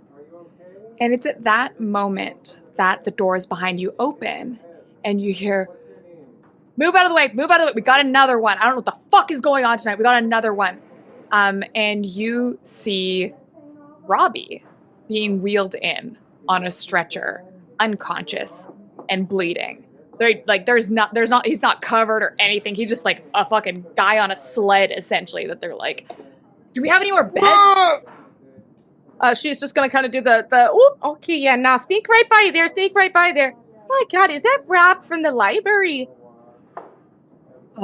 Yeah, it's been a weird day, Janet. But I gotta go deal with this.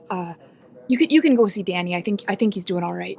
Okay, are you sure you don't need my help or anything? Do you have medical training? We could use some help. I've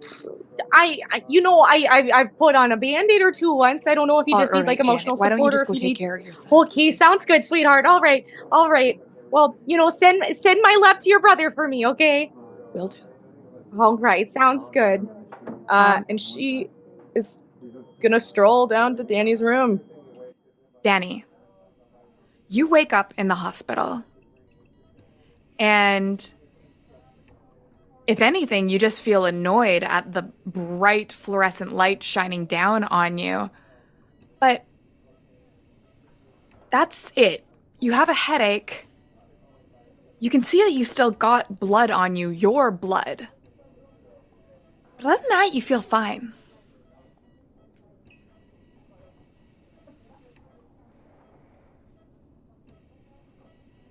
It's a moment later that your mother opens the door. No, fuck. I wanted my car. Jesus. Okay, no, you're gonna have to speak up, Danny. What? I'm not talking to you. I don't want to talk to you right now. Well, I'm the only person here who wants to talk to you, Danny. So, stuff sucks. I don't want anyone. I don't want to talk to anyone. Good. Oh, no, that's just great. I don't want to talk. Oh, no, that's just great, Danny. Oh, we're gonna have it out right here? Shit. Oh, and she's just like... Okay, yeah, no, see, did that feel good? No. That's why we don't be pulling random... I feel great. You look back at your arm. The puncture wound from the IV has healed. Yeah, I feel great. Does Janet know how badly he was hurt beforehand? You just heard, he got jumped, he was in rough shape. He still has blood on him. He has, dried blood on him. She's gonna look at him and she's gonna go, oh, Danny, now, who did you do that to? Hey, no, not this time. No, I didn't win. Why are you So you're trying to tell me that's all you're... Why are you acting like you care? You don't. Oh, you got someone else here to take care of? Go take care of them. There's plenty of people here in this hospital who need help. Danny, we've had this conversation many times before, okay? I can't just focus all on you. We've never had a conversation. You say, well, because sorry, you never want to talk to me. No, it's because you always divert and you always deflect. Well, maybe I don't want to talk about how you're making a mess of yourself out there, huh? I'm making a mess of myself. It wasn't me who took care of you, picked you up, put you in a Tupperware, and let you sit for 2 years? We're going to have a discussion when we get home. Oh, I thought we were having a discussion now. What happened? Where are your car keys? Where are my car keys? He doesn't have them. Fucking Christ. They took them. Oh, great. Now you just... And now you've lost Richard's car, huh? Oh, don't you dare say his name! You don't get to say Dad's name! You're the only one who does it! You chose not to for 2 years!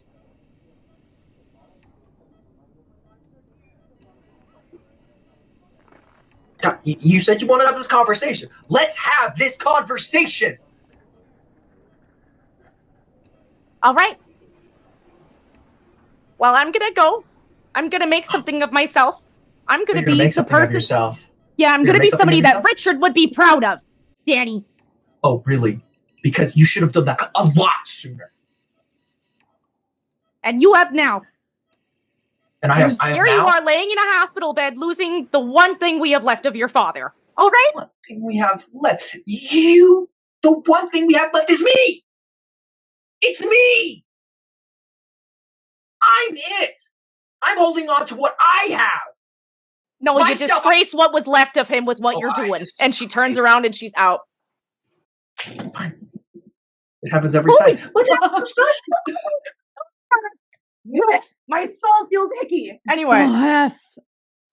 I think she's gonna turn around and be, we all mourn in our different ways, Danny. You didn't mourn. And no, I wasn't great during those 2 years, but I'm trying to make up for it now. And what are you doing? We all mourn, Mom. But you didn't mourn, you left. I mourned. And I moved on. And I'm trying to do what's best for me. And she's gonna look down at the blood all over your clothes. The blood all over your father's jacket. Did you? You will do anything to make yourself feel better, but actually face your problems. And that's why you were about to walk away. Be a son. You don't deserve one.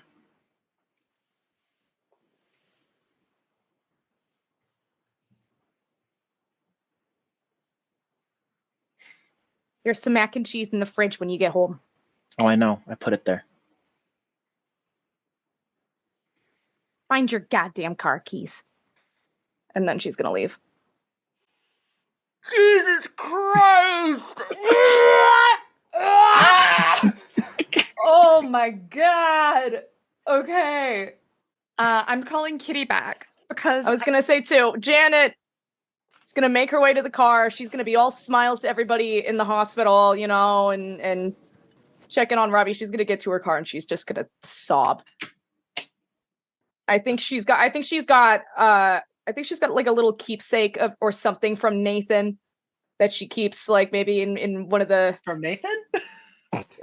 Oh, not Nathan. What was the name I came up with? We all love Nathan. We all love Nathan. We all love Nathan. What was the name I came up with for your dad? Robert. Oh, Robert. Richard. I don't remember. I don't remember either. I just picked a Dad.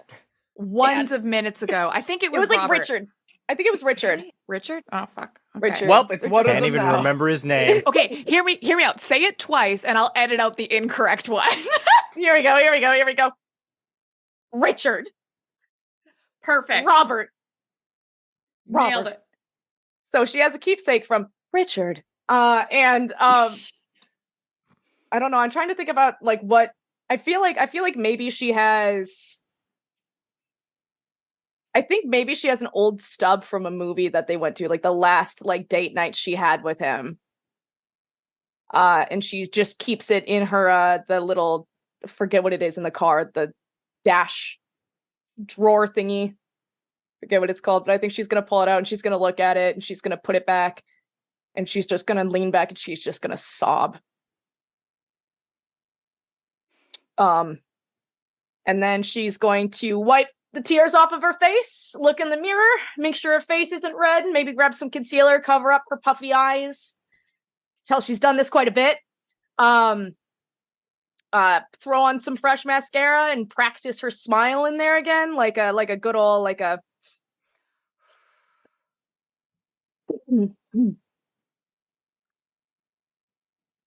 And then she's gonna put the car in drive and she's gonna head back to her place. Shit. Danny's sneaking out of the hospital. He's got places to be. All right, Danny. No, the teleporting bitch has her keys. Yeah. Never Danny. getting those back. Could you In the give void? me a flight roll? Oh, man. 4. Okay. So you go to try and slip out of the hospital. You grab your dad's coat, put it on, and immediately you get out the door. And then a nurse says, "Oh, sorry, hon, you can't leave yet. You were looking pretty rough. We gotta." Oh, I was, and I'm gonna turn around and be like, Well, you haven't been discharged. We can't let you go yet. Sorry. "Then discharge me." Sorry. Dr. Graham's very busy right now, so Perfect. Then you can do it. I don't think. Could you give me a brawn roll?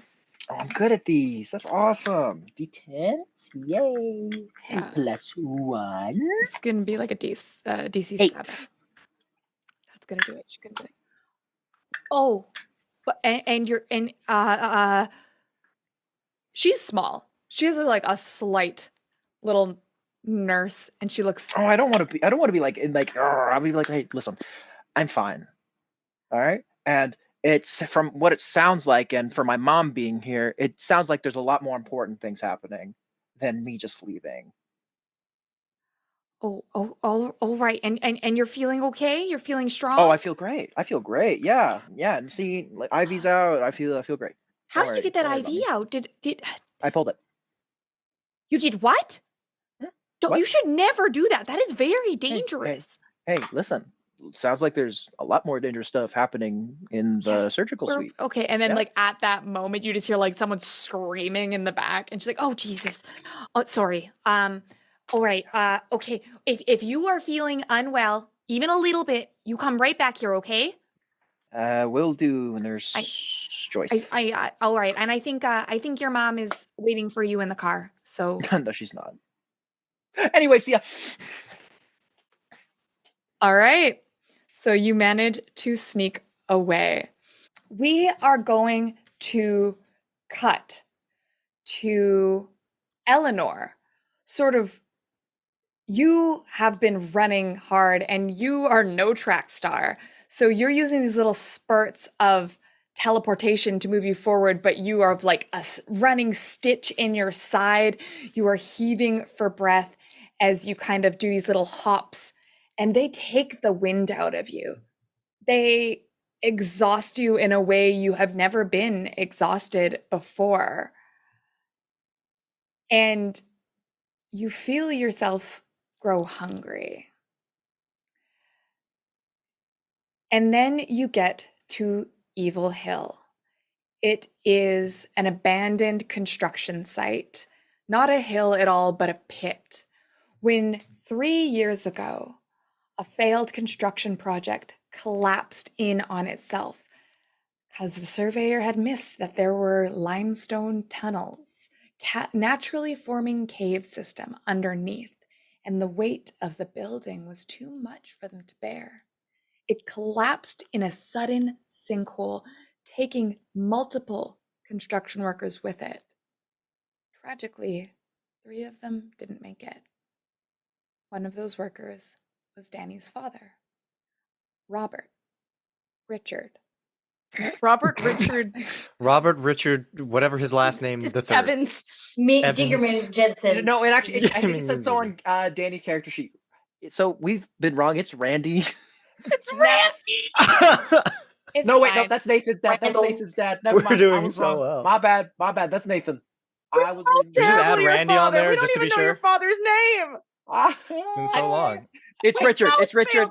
We both It's Richard failed now. Richard. We Richard. both failed It's Richard. now. Gone and forgotten, apparently. Okay, All right, write that we did. down somewhere. Okay, so Rest. Richard Rip and in peace. Richard. All right. Rip and Richard. Okay. Rip and Richard was his high school. No, sorry. And then one more time No, at it the would be funeral. Rip and Dick. Rip and Richard. go. No, I got it. No, that was brilliant. Thank you. New shirts for everyone. We're Rip never and Dick. getting to this scene. Rip and Dick Anyway, yeah, with continue. Zepotha. Hey, kids. Okay, shut the fuck up, everybody. We're at Evil Hill, and it's spooky. It's an abandoned construction site. It's been completely cordoned off. So there is there are like pylons around it and a shitty chain link fence. The city has been saying they're going to do something about this site for years, but there are gases that come out of the caves that make it very difficult and unsafe to get too deep in the pit. And so the plans keep getting postponed, pushed back, and this horrific site of this tragedy sits like a gash in the middle of the city. And that's where Eleanor runs to. Eleanor, where do you go? I think she's gonna try to chill somewhere where she's gonna be out of sight, maybe in an alleyway. She's probably gonna lay like against the back of a dumpster and just cry. I think she's gonna try to wipe the blood off of. Oh my god, I forgot the thing that makes me Ellie. Costume change. Costume change. Oh god, it's Clark Kent and Superman. I think she's gonna. She seems like the type who would have wet wipes in her bag. Yeah, in her bisexual backpack. And I think she's gonna be sitting there and she's gonna be like shaking and crying and just trying to scrub the blood off of her skin. But it's really hard when your hands are shaking and her vision is blurry because she's crying. And I think she's gonna start doing some breathing exercises and try not to think about what happened to Aelin. I think she's gonna try to hope for the best. I think she's gonna. In the world. Yeah. I think she's gonna be just like hoping and thinking, no, she could take it. She could take it. And also trying not to think about what she saw in that glimpse of what happened to Rob. She's gonna try to push it out of her head, and I think she's gonna like try to think about other stuff. She's probably gonna try to like recite newspaper articles or something that she knows she can do as a pattern while she's just trying to wash away the blood. And I think she's just gonna try to maintain her grip on reality. Okay. And I think maybe when she gets to a point, she's gonna try to grab one of those Polaroids that she took when she fell, just to see if she is crazy and to ask herself if she did do it or if what she saw was real. Polaroids are, like you said, most of them were blurry. You snapped maybe 3. But the first one, before you'd even registered what you were looking at, before you'd even seen the scenes developing, that one still has the eyes staring back at you and a jagged smile. Except now it doesn't say choose. It says you chose. I think she's gonna look at it and she's gonna crumple it in her hand and just why are you doing this? And just like throw it to the side and just bury her head in her knees and just rock back and forth. Lydia, you have this note and you see Jasmine staring after you. Are you going to try to evade Jasmine? Or what are you going to do? I thought Jasmine had the note last. I had the note. Like, okay, which note? Sorry. So Lydia, you have this message from Eleanor. Yeah, that she told me in her little blip. And you do know that Jasmine was like staring down Eleanor. Like you picked up on this whole vibe. You don't know exactly what happened, but the vibes are very clear in this stance. So what are you going to do? I'm just going to stare Jasmine down, waiting for her to make her move. Because, like, I feel the vibe that she's going to try to follow me. So I'm just going to, like, wait for her to approach and find out what her MO is here. Like, if she's got a problem, she can come up and talk to me. If she wants to find out what Eleanor said, maybe I'll tell her. I guess it just depends on what I'm feeling, I guess. I'm in no hurry. I don't owe her going to the haunted hill, but probably me interested. She was covered in blood. And that little blip trick was interesting, I guess, too. This town's really dry. Okay, So Jasmine. yeah, staring Jasmine down. Like, what do you want? Christ. How far away from Lydia even am I? Have they just been making eye contact with me as I'm walking down the street? Well, Prolonged. Just like for 5 straight eye minutes. Just contact. like No blinking. I was gonna say, there's no way this lady blinks. My understanding was that, so basically there is this whole scene outside the barn that's happening. So Lydia was like leaning against the barn and then kind of watched Eleanor take off in these blips. Jasmine went and dealt with the paramedics and convinced them to go check in on Robbie. Yeah. And so depending on where you go, if you, like they were at the barn as well. So you're still in the general vicinity of Lydia. And I would say as things are getting kind of, the craziness is mostly gone, a lot of the like partiers are going back inside. They're not partying, but they're going back into the barn because they like, well, what I mean, the ambulance is gone, Nathan's gone. They're just like, I don't know, I guess we go back in the barn. So there are only a few people still lingering outside. I think if it's just the 2 of us out here, because I clocked Eleanor leaving, like in a direction. Would I be able to extrapolate without Lydia whether or not where they're going, or because there's like 5 places in this town, or would intuition be like I have to go approach this person? I can't tell you what your intuition say. I would say that the barn is outside of town. Okay, like so if you look at the map, it's like it's out of town. It's like past the cows and shit. Because it was literally like it's a barn. Versus Evil Hill is in town. So Eleanor was essentially running towards town. So there's a lot over there. Right. Yeah, I feel like after being stared at for so long. And you saw Eleanor talk to Lydia. Yeah, I think I probably would have started approaching you. Just no words as I walk up.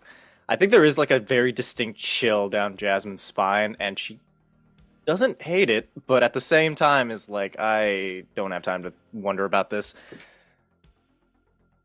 Do you know where Eleanor went? Maybe I do.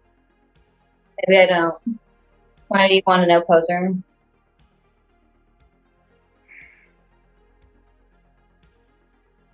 I just want to know what happened. I found a note. I don't know if she's a murderer.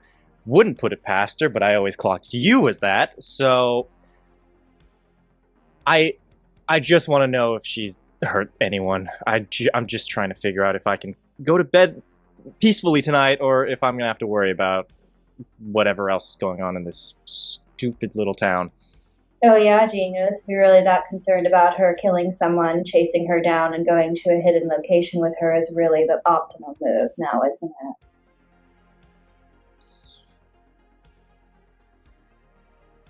Just for 5 seconds, just the smallest minuscule amount of time, can you just not be as abrasive as you are right now and just tell me where she is? Why would I ever make myself more pleasant for your palate? I don't know you that. You're certainly not pleasant to my palate. There's like a small twinge of like, oh, damn it. But I'll tell you what, this has been a very interesting evening. If you tell me something quite interesting, maybe I'll let you follow me to where she went. After all, you versus her in her state, I don't really know who I'd put my money on. But I'd certainly want to see the result either way. What constitutes as interesting in your bizarre little world? You tell me. Something that I wouldn't know.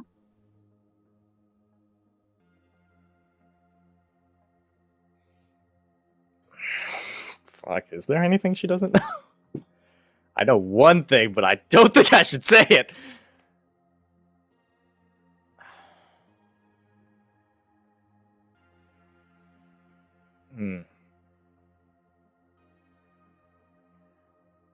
Yeah, I think she's just at a loss for words. She does not want to betray Nathan's trust and is just sitting there, just kind of like, I'm sure I'll think of something. Can you just get moving?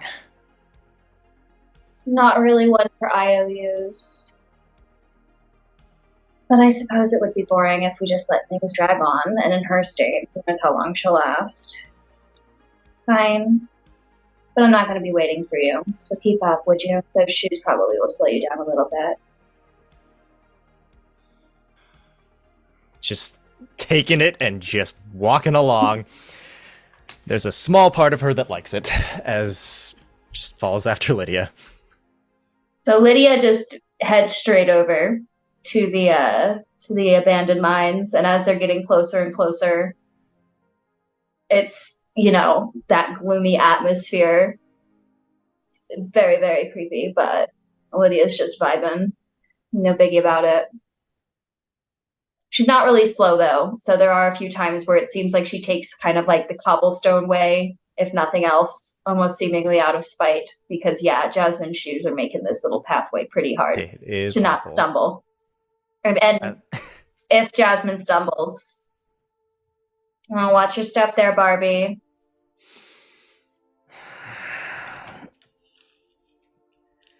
I think after a certain amount of those, probably took off the shoes just to make this easier on herself.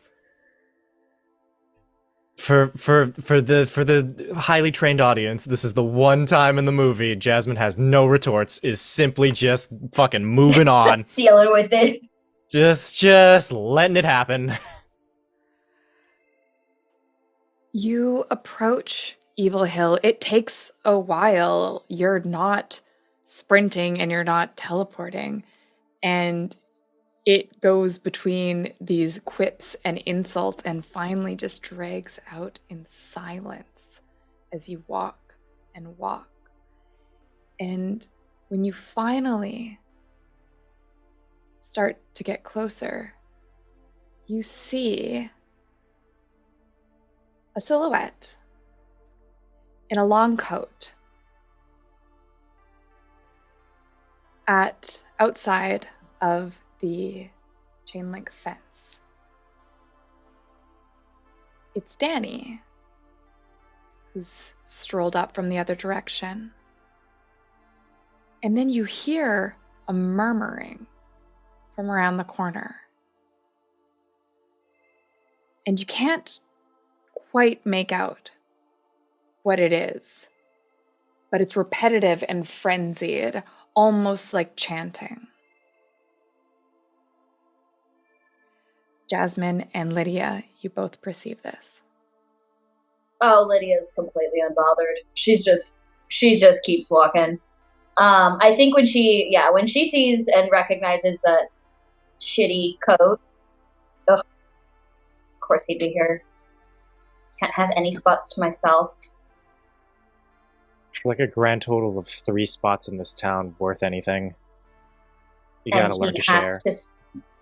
We don't share. Okay? We don't share with posers. If there's anybody who's a poser, it's Danny. I'm not about that lifestyle.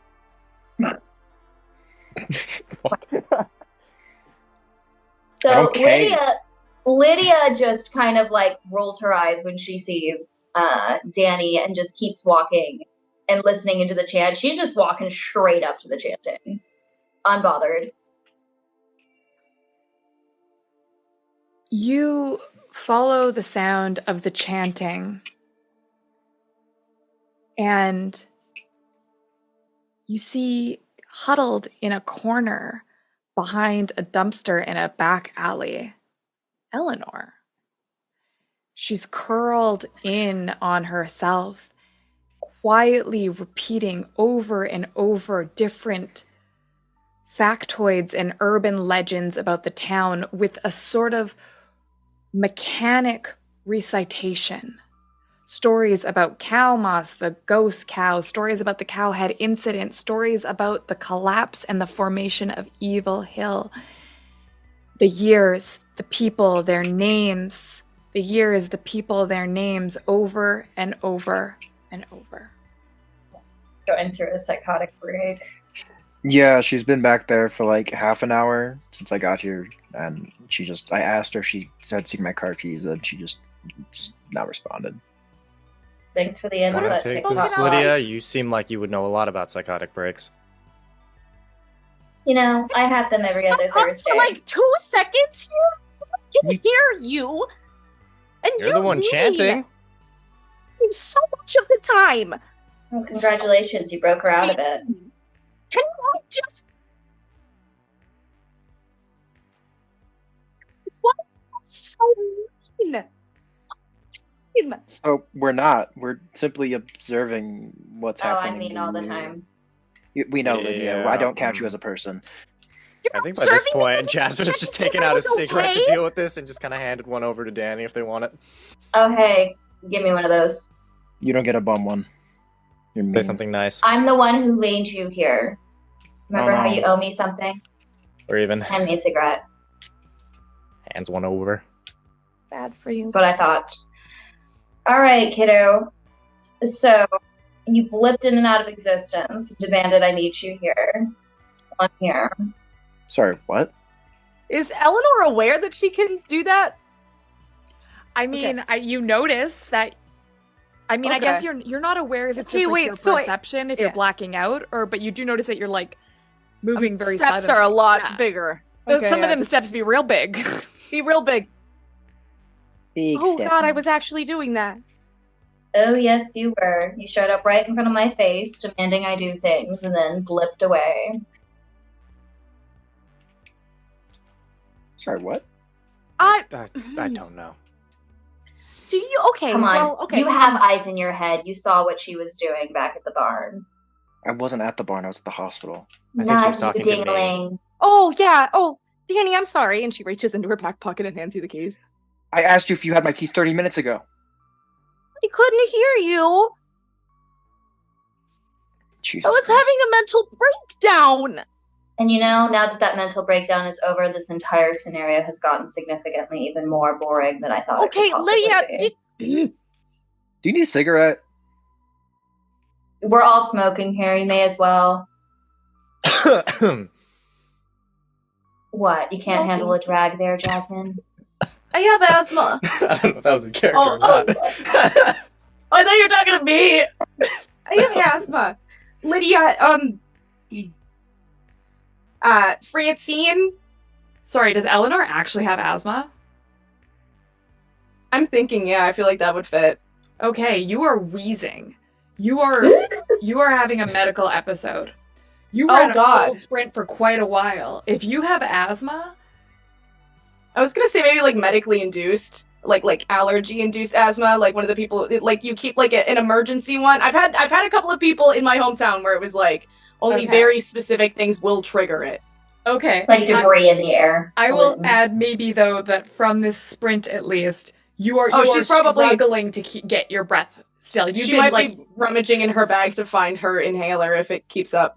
Okay, you've been there 30 minutes and you're still short of breath. Part of that could be from the panic attack, but there you go. That's what I was going with before. I was just gonna have that, but yeah, no, if we wanna, yeah, sure. She can get asthma attacks if she pushes her lungs far enough. But I think she's gonna say, Lydia, Francine fell out of the tree. I saw. Okay, I'm trying to think about some good stuff. Good stuff? This is good stuff to you. Obviously. Good stuff for her if you want to get information. You've never talked to Lydia before? Oh, here you go, try Lydia. to avoid. Not if we can avoid it mutually. I mean, you guys were the ones who were having a somebody died party. I don't know why the party ended when the little girl smashed her head in. If anything, I thought that was just getting the party started. Lydia, Robbie from the library got stabbed. Well, that Do answers you have my anything question. that can pertain to any of the stuff that's going on? Has there been anything weird happening around the barn? Anything odd? You know the type of stuff I ask you about. Yes, and you know the price you usually have to pay for an answer. I just gave you one. Nobody knows that. There's no way you could know that. That Robbie got stabbed? Yeah. Well, I didn't know he got stabbed. That's correct. But, one can infer, considering I heard Jasmine over there yammering to the paramedics about how apparently he was all broken up somewhere else. And what was it again? The records, the archives. You can hear things pretty well in this town. You can be mean to me, but don't be mean about Robbie, okay? Strange bit of concern for the person who might have stabbed him. I didn't do it. You stabbed someone? Look. Can I see the blood still on her hands? I see the blood all over Danny's jacket. You're one to talk. What the fuck? That's my blood. No. Honestly, I'm kind of disappointed I don't have different. blood on me. You want some of mine? I've been trying Just to wait. scrub it off for the past 30 minutes. I think Lydia, do you have anything interesting? If not, we might all die. Okay, there's something going on, and it's... Shit! I know I should have moved last fall. I think Jasmine is probably Oh my god, for once in your life, Jasmine, this isn't all about you. Yeah, but so much Sorry, you're more gonna have to fun deal when with it human is. emotions. Will I you know, just I know. shut up for a second as she gets down and actually tries to start helping her wash her hands of the blood? Oh, I didn't know you could do nice things. Oh my! I have my You're moments. gonna say that now? Really? Okay. Wow. Well, if she stops doing it just because I don't appreciate it, then damn, maybe I should have unwritten all the papers that I did for her back in grade school. Could everyone except Danny take off your headphones for about 1 minute only? Just 1 minute. Okay. Danny. Yes. As you're watching this, you feel as something on your face, the pain is starting to come back. You look down at your arm and you see the puncture mark from the IV reopening. And you remember a brief moment when you lost consciousness. Something about healing and a blood toll. That there was a price. And now the pain is starting to seep back in.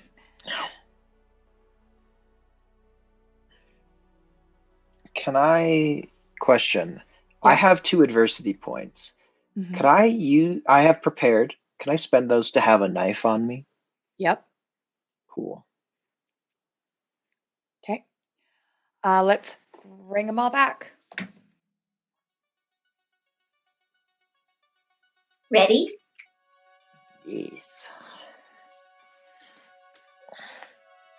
Okay. Jasmine, you are helping. I think you have some makeup wipes or something in your purse, and you're helping Eleanor get the blood off of her right arm. Yeah.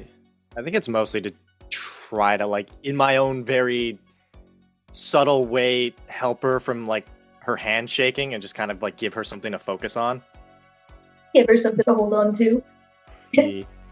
Don't worry, I got you. I got you, girly pop. Girly pop. Girly pop, it's time to girly stop stabbing people. Hey, girly pop, it's time to girly stop. I'm so sorry. What are all the characters' names here? There's so many E's. Ellie. Jasmine. Ellie. Lydia. Lydia. Okay, thank you. I thought it was Elise for a second for some reason. Remember Beetlejuice. Beetlejuice, got it. Okay. Bonk. Cigarette. Lydia, could I talk to you for a second? Me? Mm-hmm. As long as it's not about your terrible taste in music, sure. You care about that too much. And you don't care about it enough. You guys ever say anything nice? No. I was about to, but most of the time, no. Please, I only speak truths, and honestly, there's never anything nice to really say. Niceties are just trying to cover up, and pleasantries to get something you want. Jasmine knows a lot about that. No, I just understand that cruelty is not the same thing as honesty. Can we talk for a second, though? Actually, I never thought I would say this way. I'm on Jasmine's side right now. Let's go. God, it really is the end of the world. I'm really uncomfortable with the energy we've created in the studio today. Pull Lydia aside and be like, look, did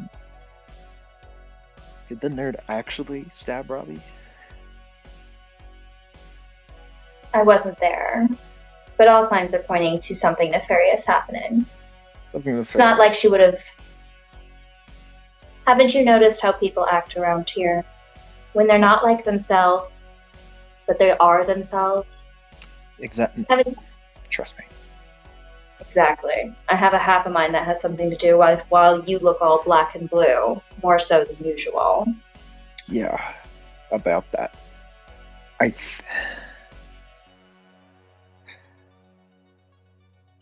think something's going on with her, more than, obviously, a panic attack. She literally blipped in and out of existence. Yeah, I'd hazard to say something else is going on with her. Yeah. But she doesn't have the personality type, and let's be honest, the guts to actually stab someone. And I know how much she adored that kook. Quick pause. So I wouldn't have it. Mm-hmm. Do you want Chris and Maisie to headphones I was off going to for say, this? do you want us to... Sure. Yeah. Sure. Let's do it. Talk shit! Talking Make it shit. weird. Go! Okay, as you were. I know how much that... She was always over there. Regardless, it's dangerous, right? And not like, oh, I'm so scary, but like psychotic, unpredictable, dangerous. And you're good at reading people. You're good at reading patterns. This isn't a pattern, right?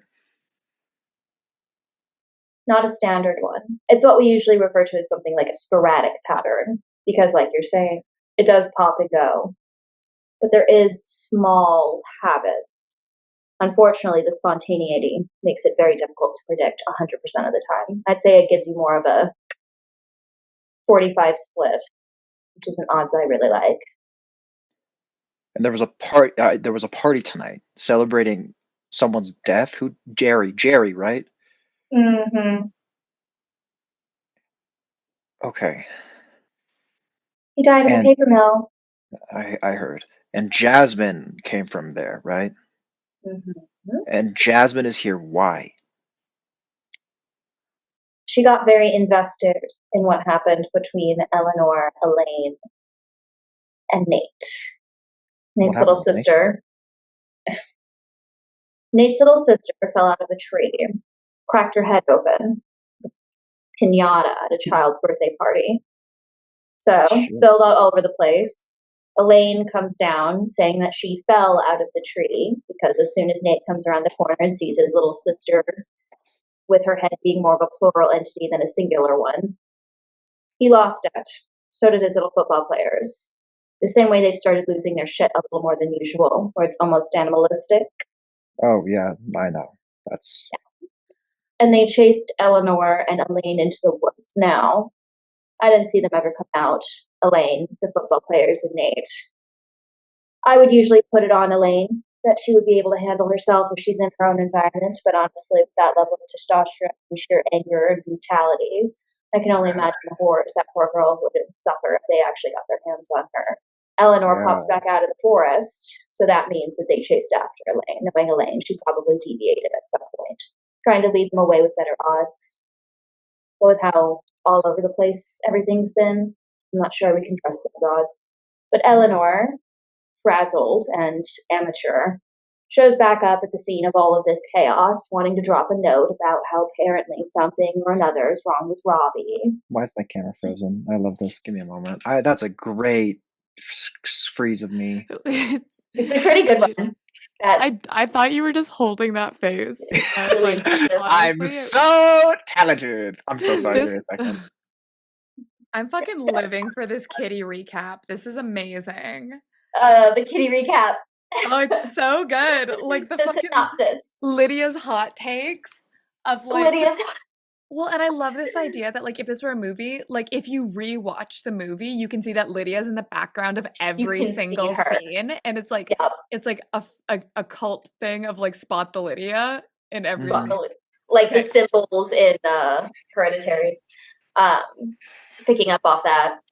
So Eleanor shows back up have some note about something or another happening to Robbie, considering the blood on her arms. It definitely didn't come from that 10-year-old. I can only assume.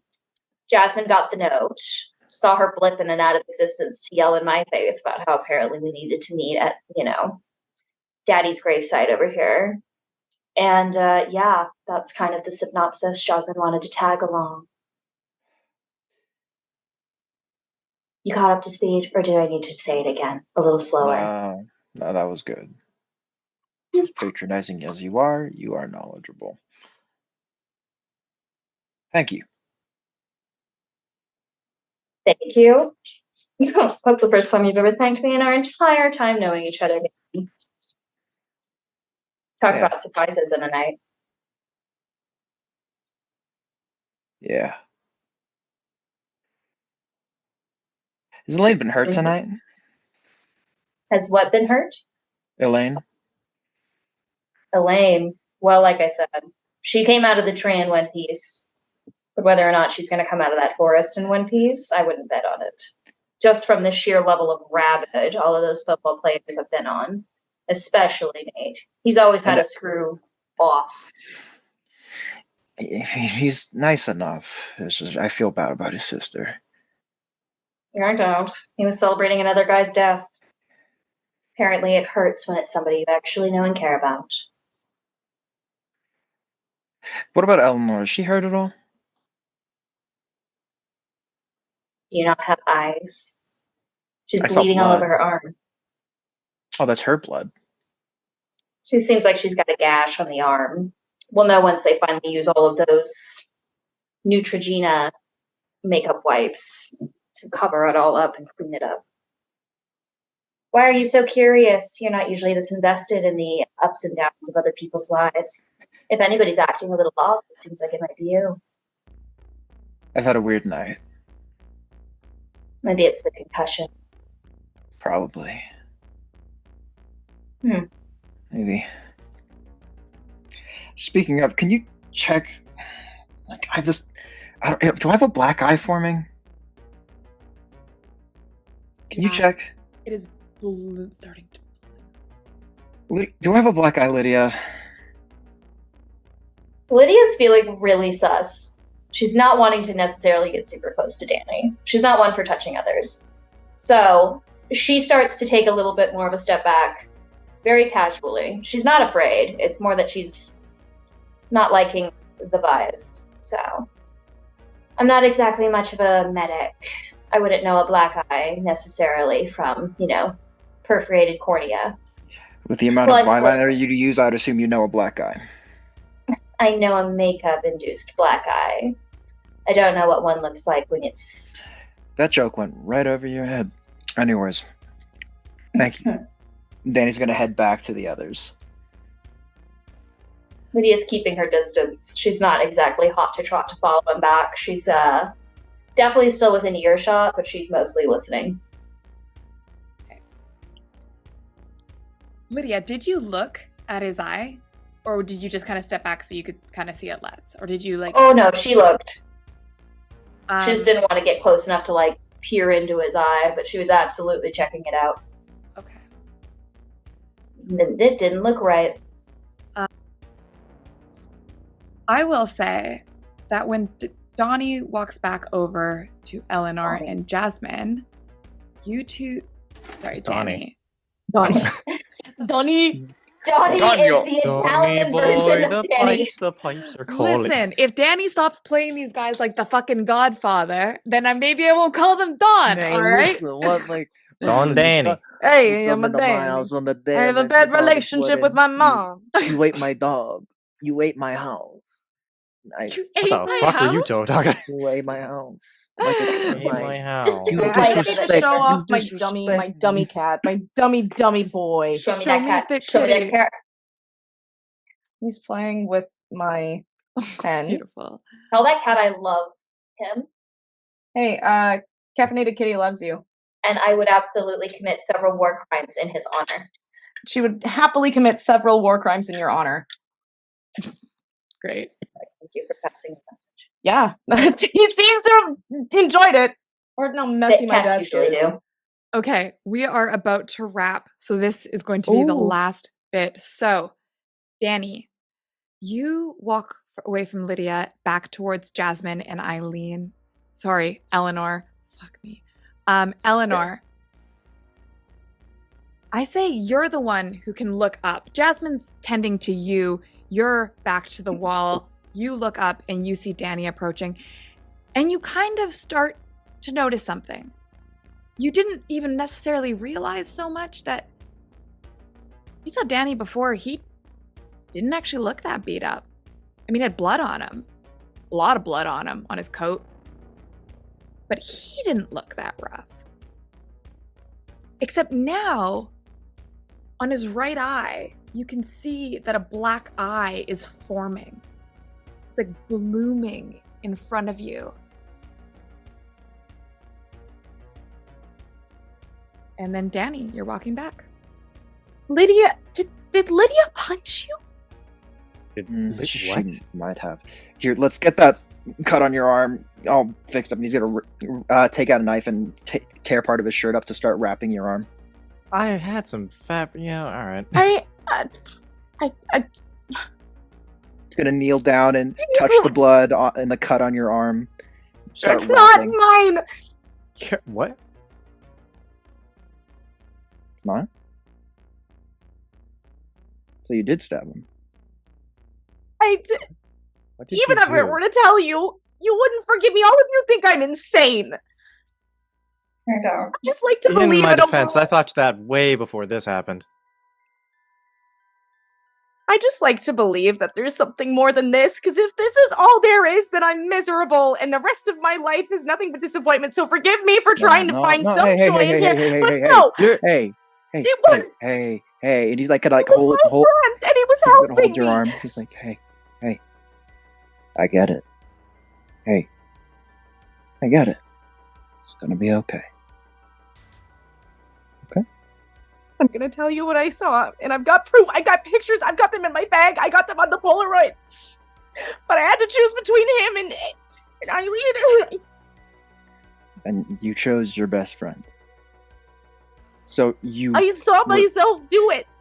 Who gave you a choice?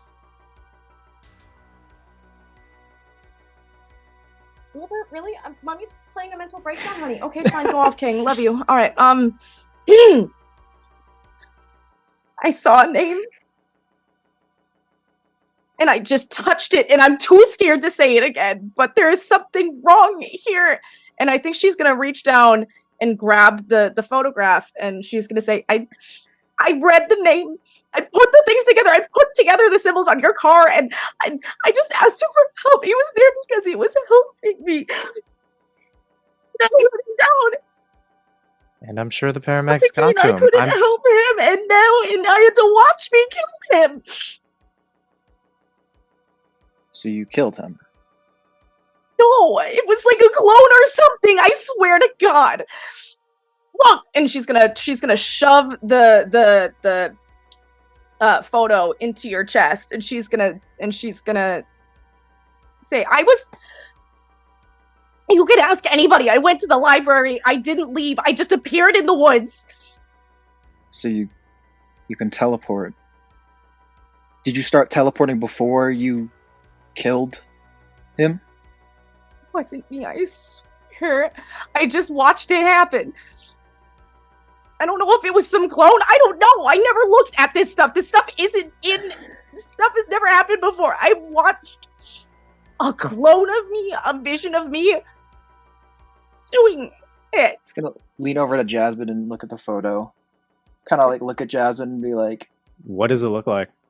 What's the photo? Which one is it? It's the one that said you chose. This is some. So if you want to describe it, well, serial killer shit. You are serial all going to see different things. All right, this is going to be a fast, rapid-fire one. Everyone except Jasmine, headphones off. Oh. Don't leave, because I'm going to wave you back in 30 seconds.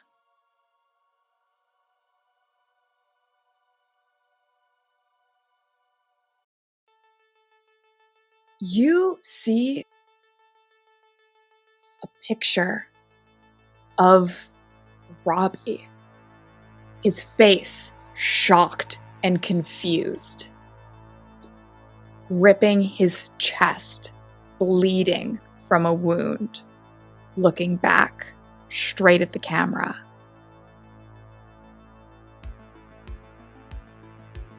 Okay. Now I gotta grab. Now you get the fuck out of here. Now I gotta get Danny.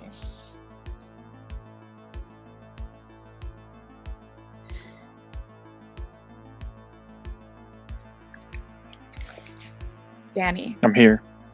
Not Kitty. Not Kitty yet. Get out of here, Kitty. Just one sec.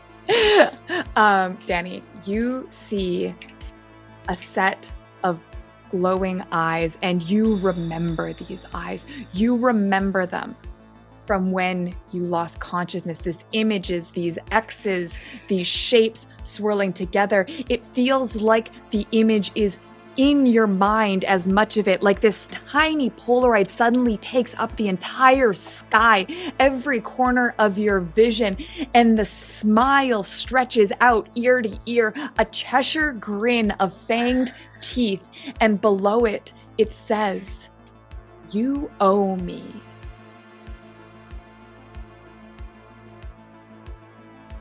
And that's what you see.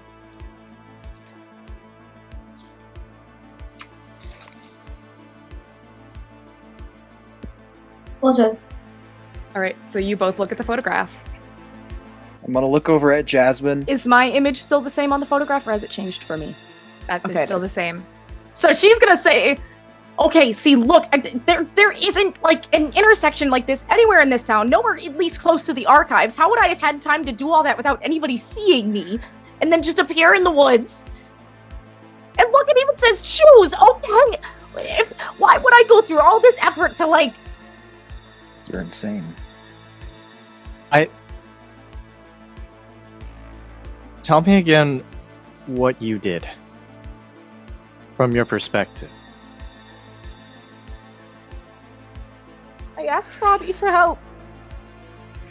I paid extra to get him a mini concrete mixer with his Butterburger basket, because I was really glad he was staying after hours to help me out. We go back in. The marks on your... How did you get this picture? Did you take this? I did, while I was running for my life. So you stab a man and you take the time to take a picture. My camera. She's gonna pull out her camera and be like, and she's gonna pull out her camera and say, "There's no blood on this. Wouldn't there be blood on it if I stabbed somebody?" But you did stab him. I watched someone who looked like me stab him.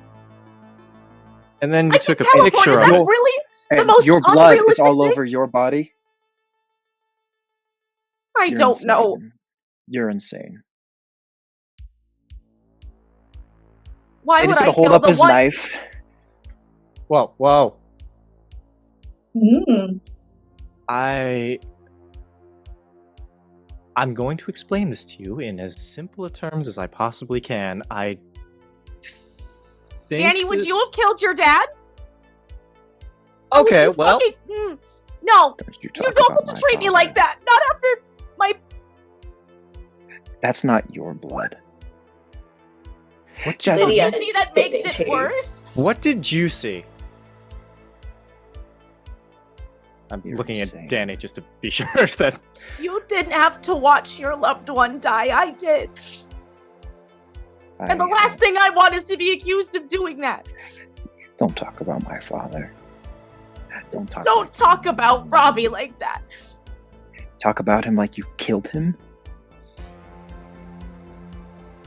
How did you get this photo? you two are fucking ridiculous. What? She took it herself. Running for my life. I touched the map. I was trying to show Robbie what I was seeing. I was seeing a name. I was trying to sound it out, and I fell. I just fell. I don't know if that was how I started teleporting. I just fell, and it hurt. And I looked, and I saw Eileen being attacked by a bunch of the jocks, and not in the way they typically do. And then I saw Rob being stabbed by something that looked like me, but it wasn't me. It was like watching a nightmare.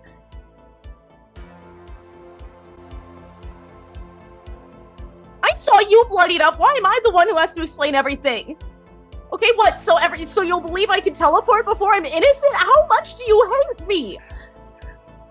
I know you're telling the truth, and I know you can teleport. I know you can. Are you guys not seeing Is that me? really There's the biggest eyes point of on this contention right line. now? It's a pretty solid point of contention, all things considered. Did you pay the price?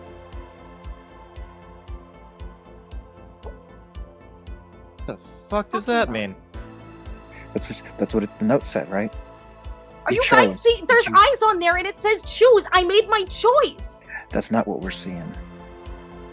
Well, what the sweet dickens are you seeing?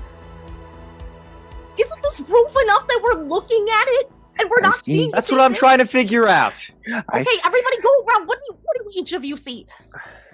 I see the crossroads where I had to choose between my two best friends on this damn planet. I saw a picture of Robbie having been stabbed, looking at you in shock, which is a bit more believable than the whole teleporting thing, if I'm being perfectly honest. Lydia, what do you see? I Lydia. didn't look at the picture, yet. I'm gonna pass it to you. Yeah, I haven't looked at it yet, so I can tell you between Take you our three headphones geniuses, it's quite clear it doesn't match. You see Robbie staring with a look of shock and confusion on his face, staring right into the lens, gripping his chest as blood seeps between his fingertips.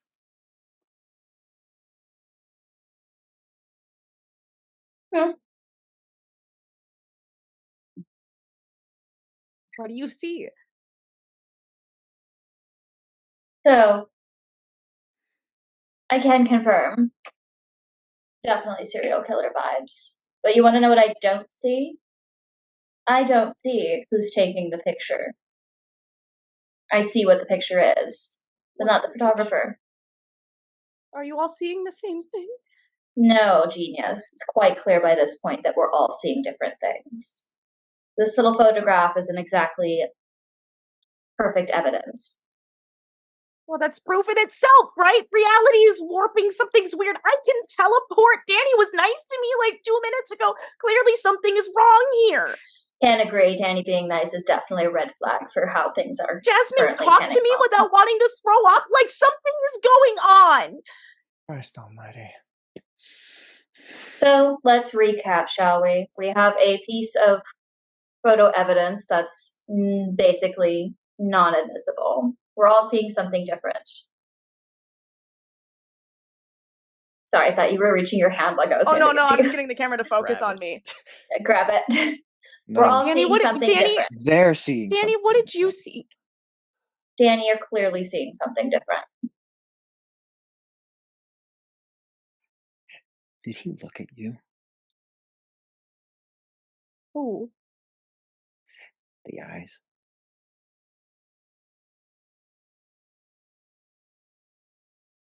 You're not talking about Robbie's eyes, are you?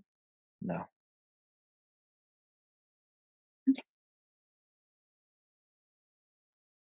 They looked at you and you paid, right? I didn't have a choice. You do now. You paid and now you have. You have it. What? You can teleport.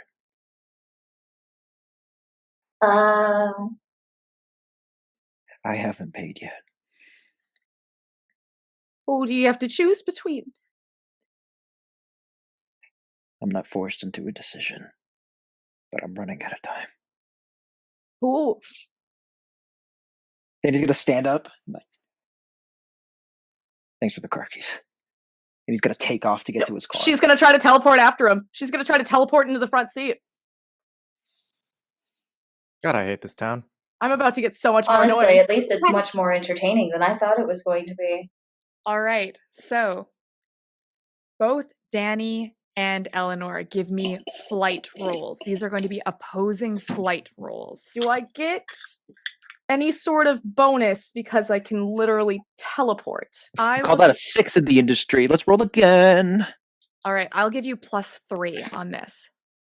Ooh. Specifically, when you're chasing or running unencumbered, you can use your teleportation to give you that +3. Okay. I got a 6 and a 1, so a 7.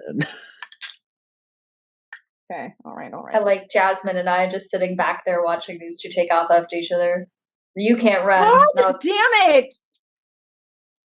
I can't run, and you don't want to, so I guess we're gonna just see how this plays Why out. would that's I a bother 4. chasing That's them? a 4. Okay. Damn, Danny, my D10's so bad. you Actually, can I grab Elaine and drag her after me? Eleanor. Eleanor. Can I drag Eleanor and like drag her with me? Oh. Here's There's what no need happens. to run after. You I was going willing. Okay. You go full sprint to your car. I gotta go. Very dramatic exit. And Eleanor is like, not today, Satan, and tries to blip after you.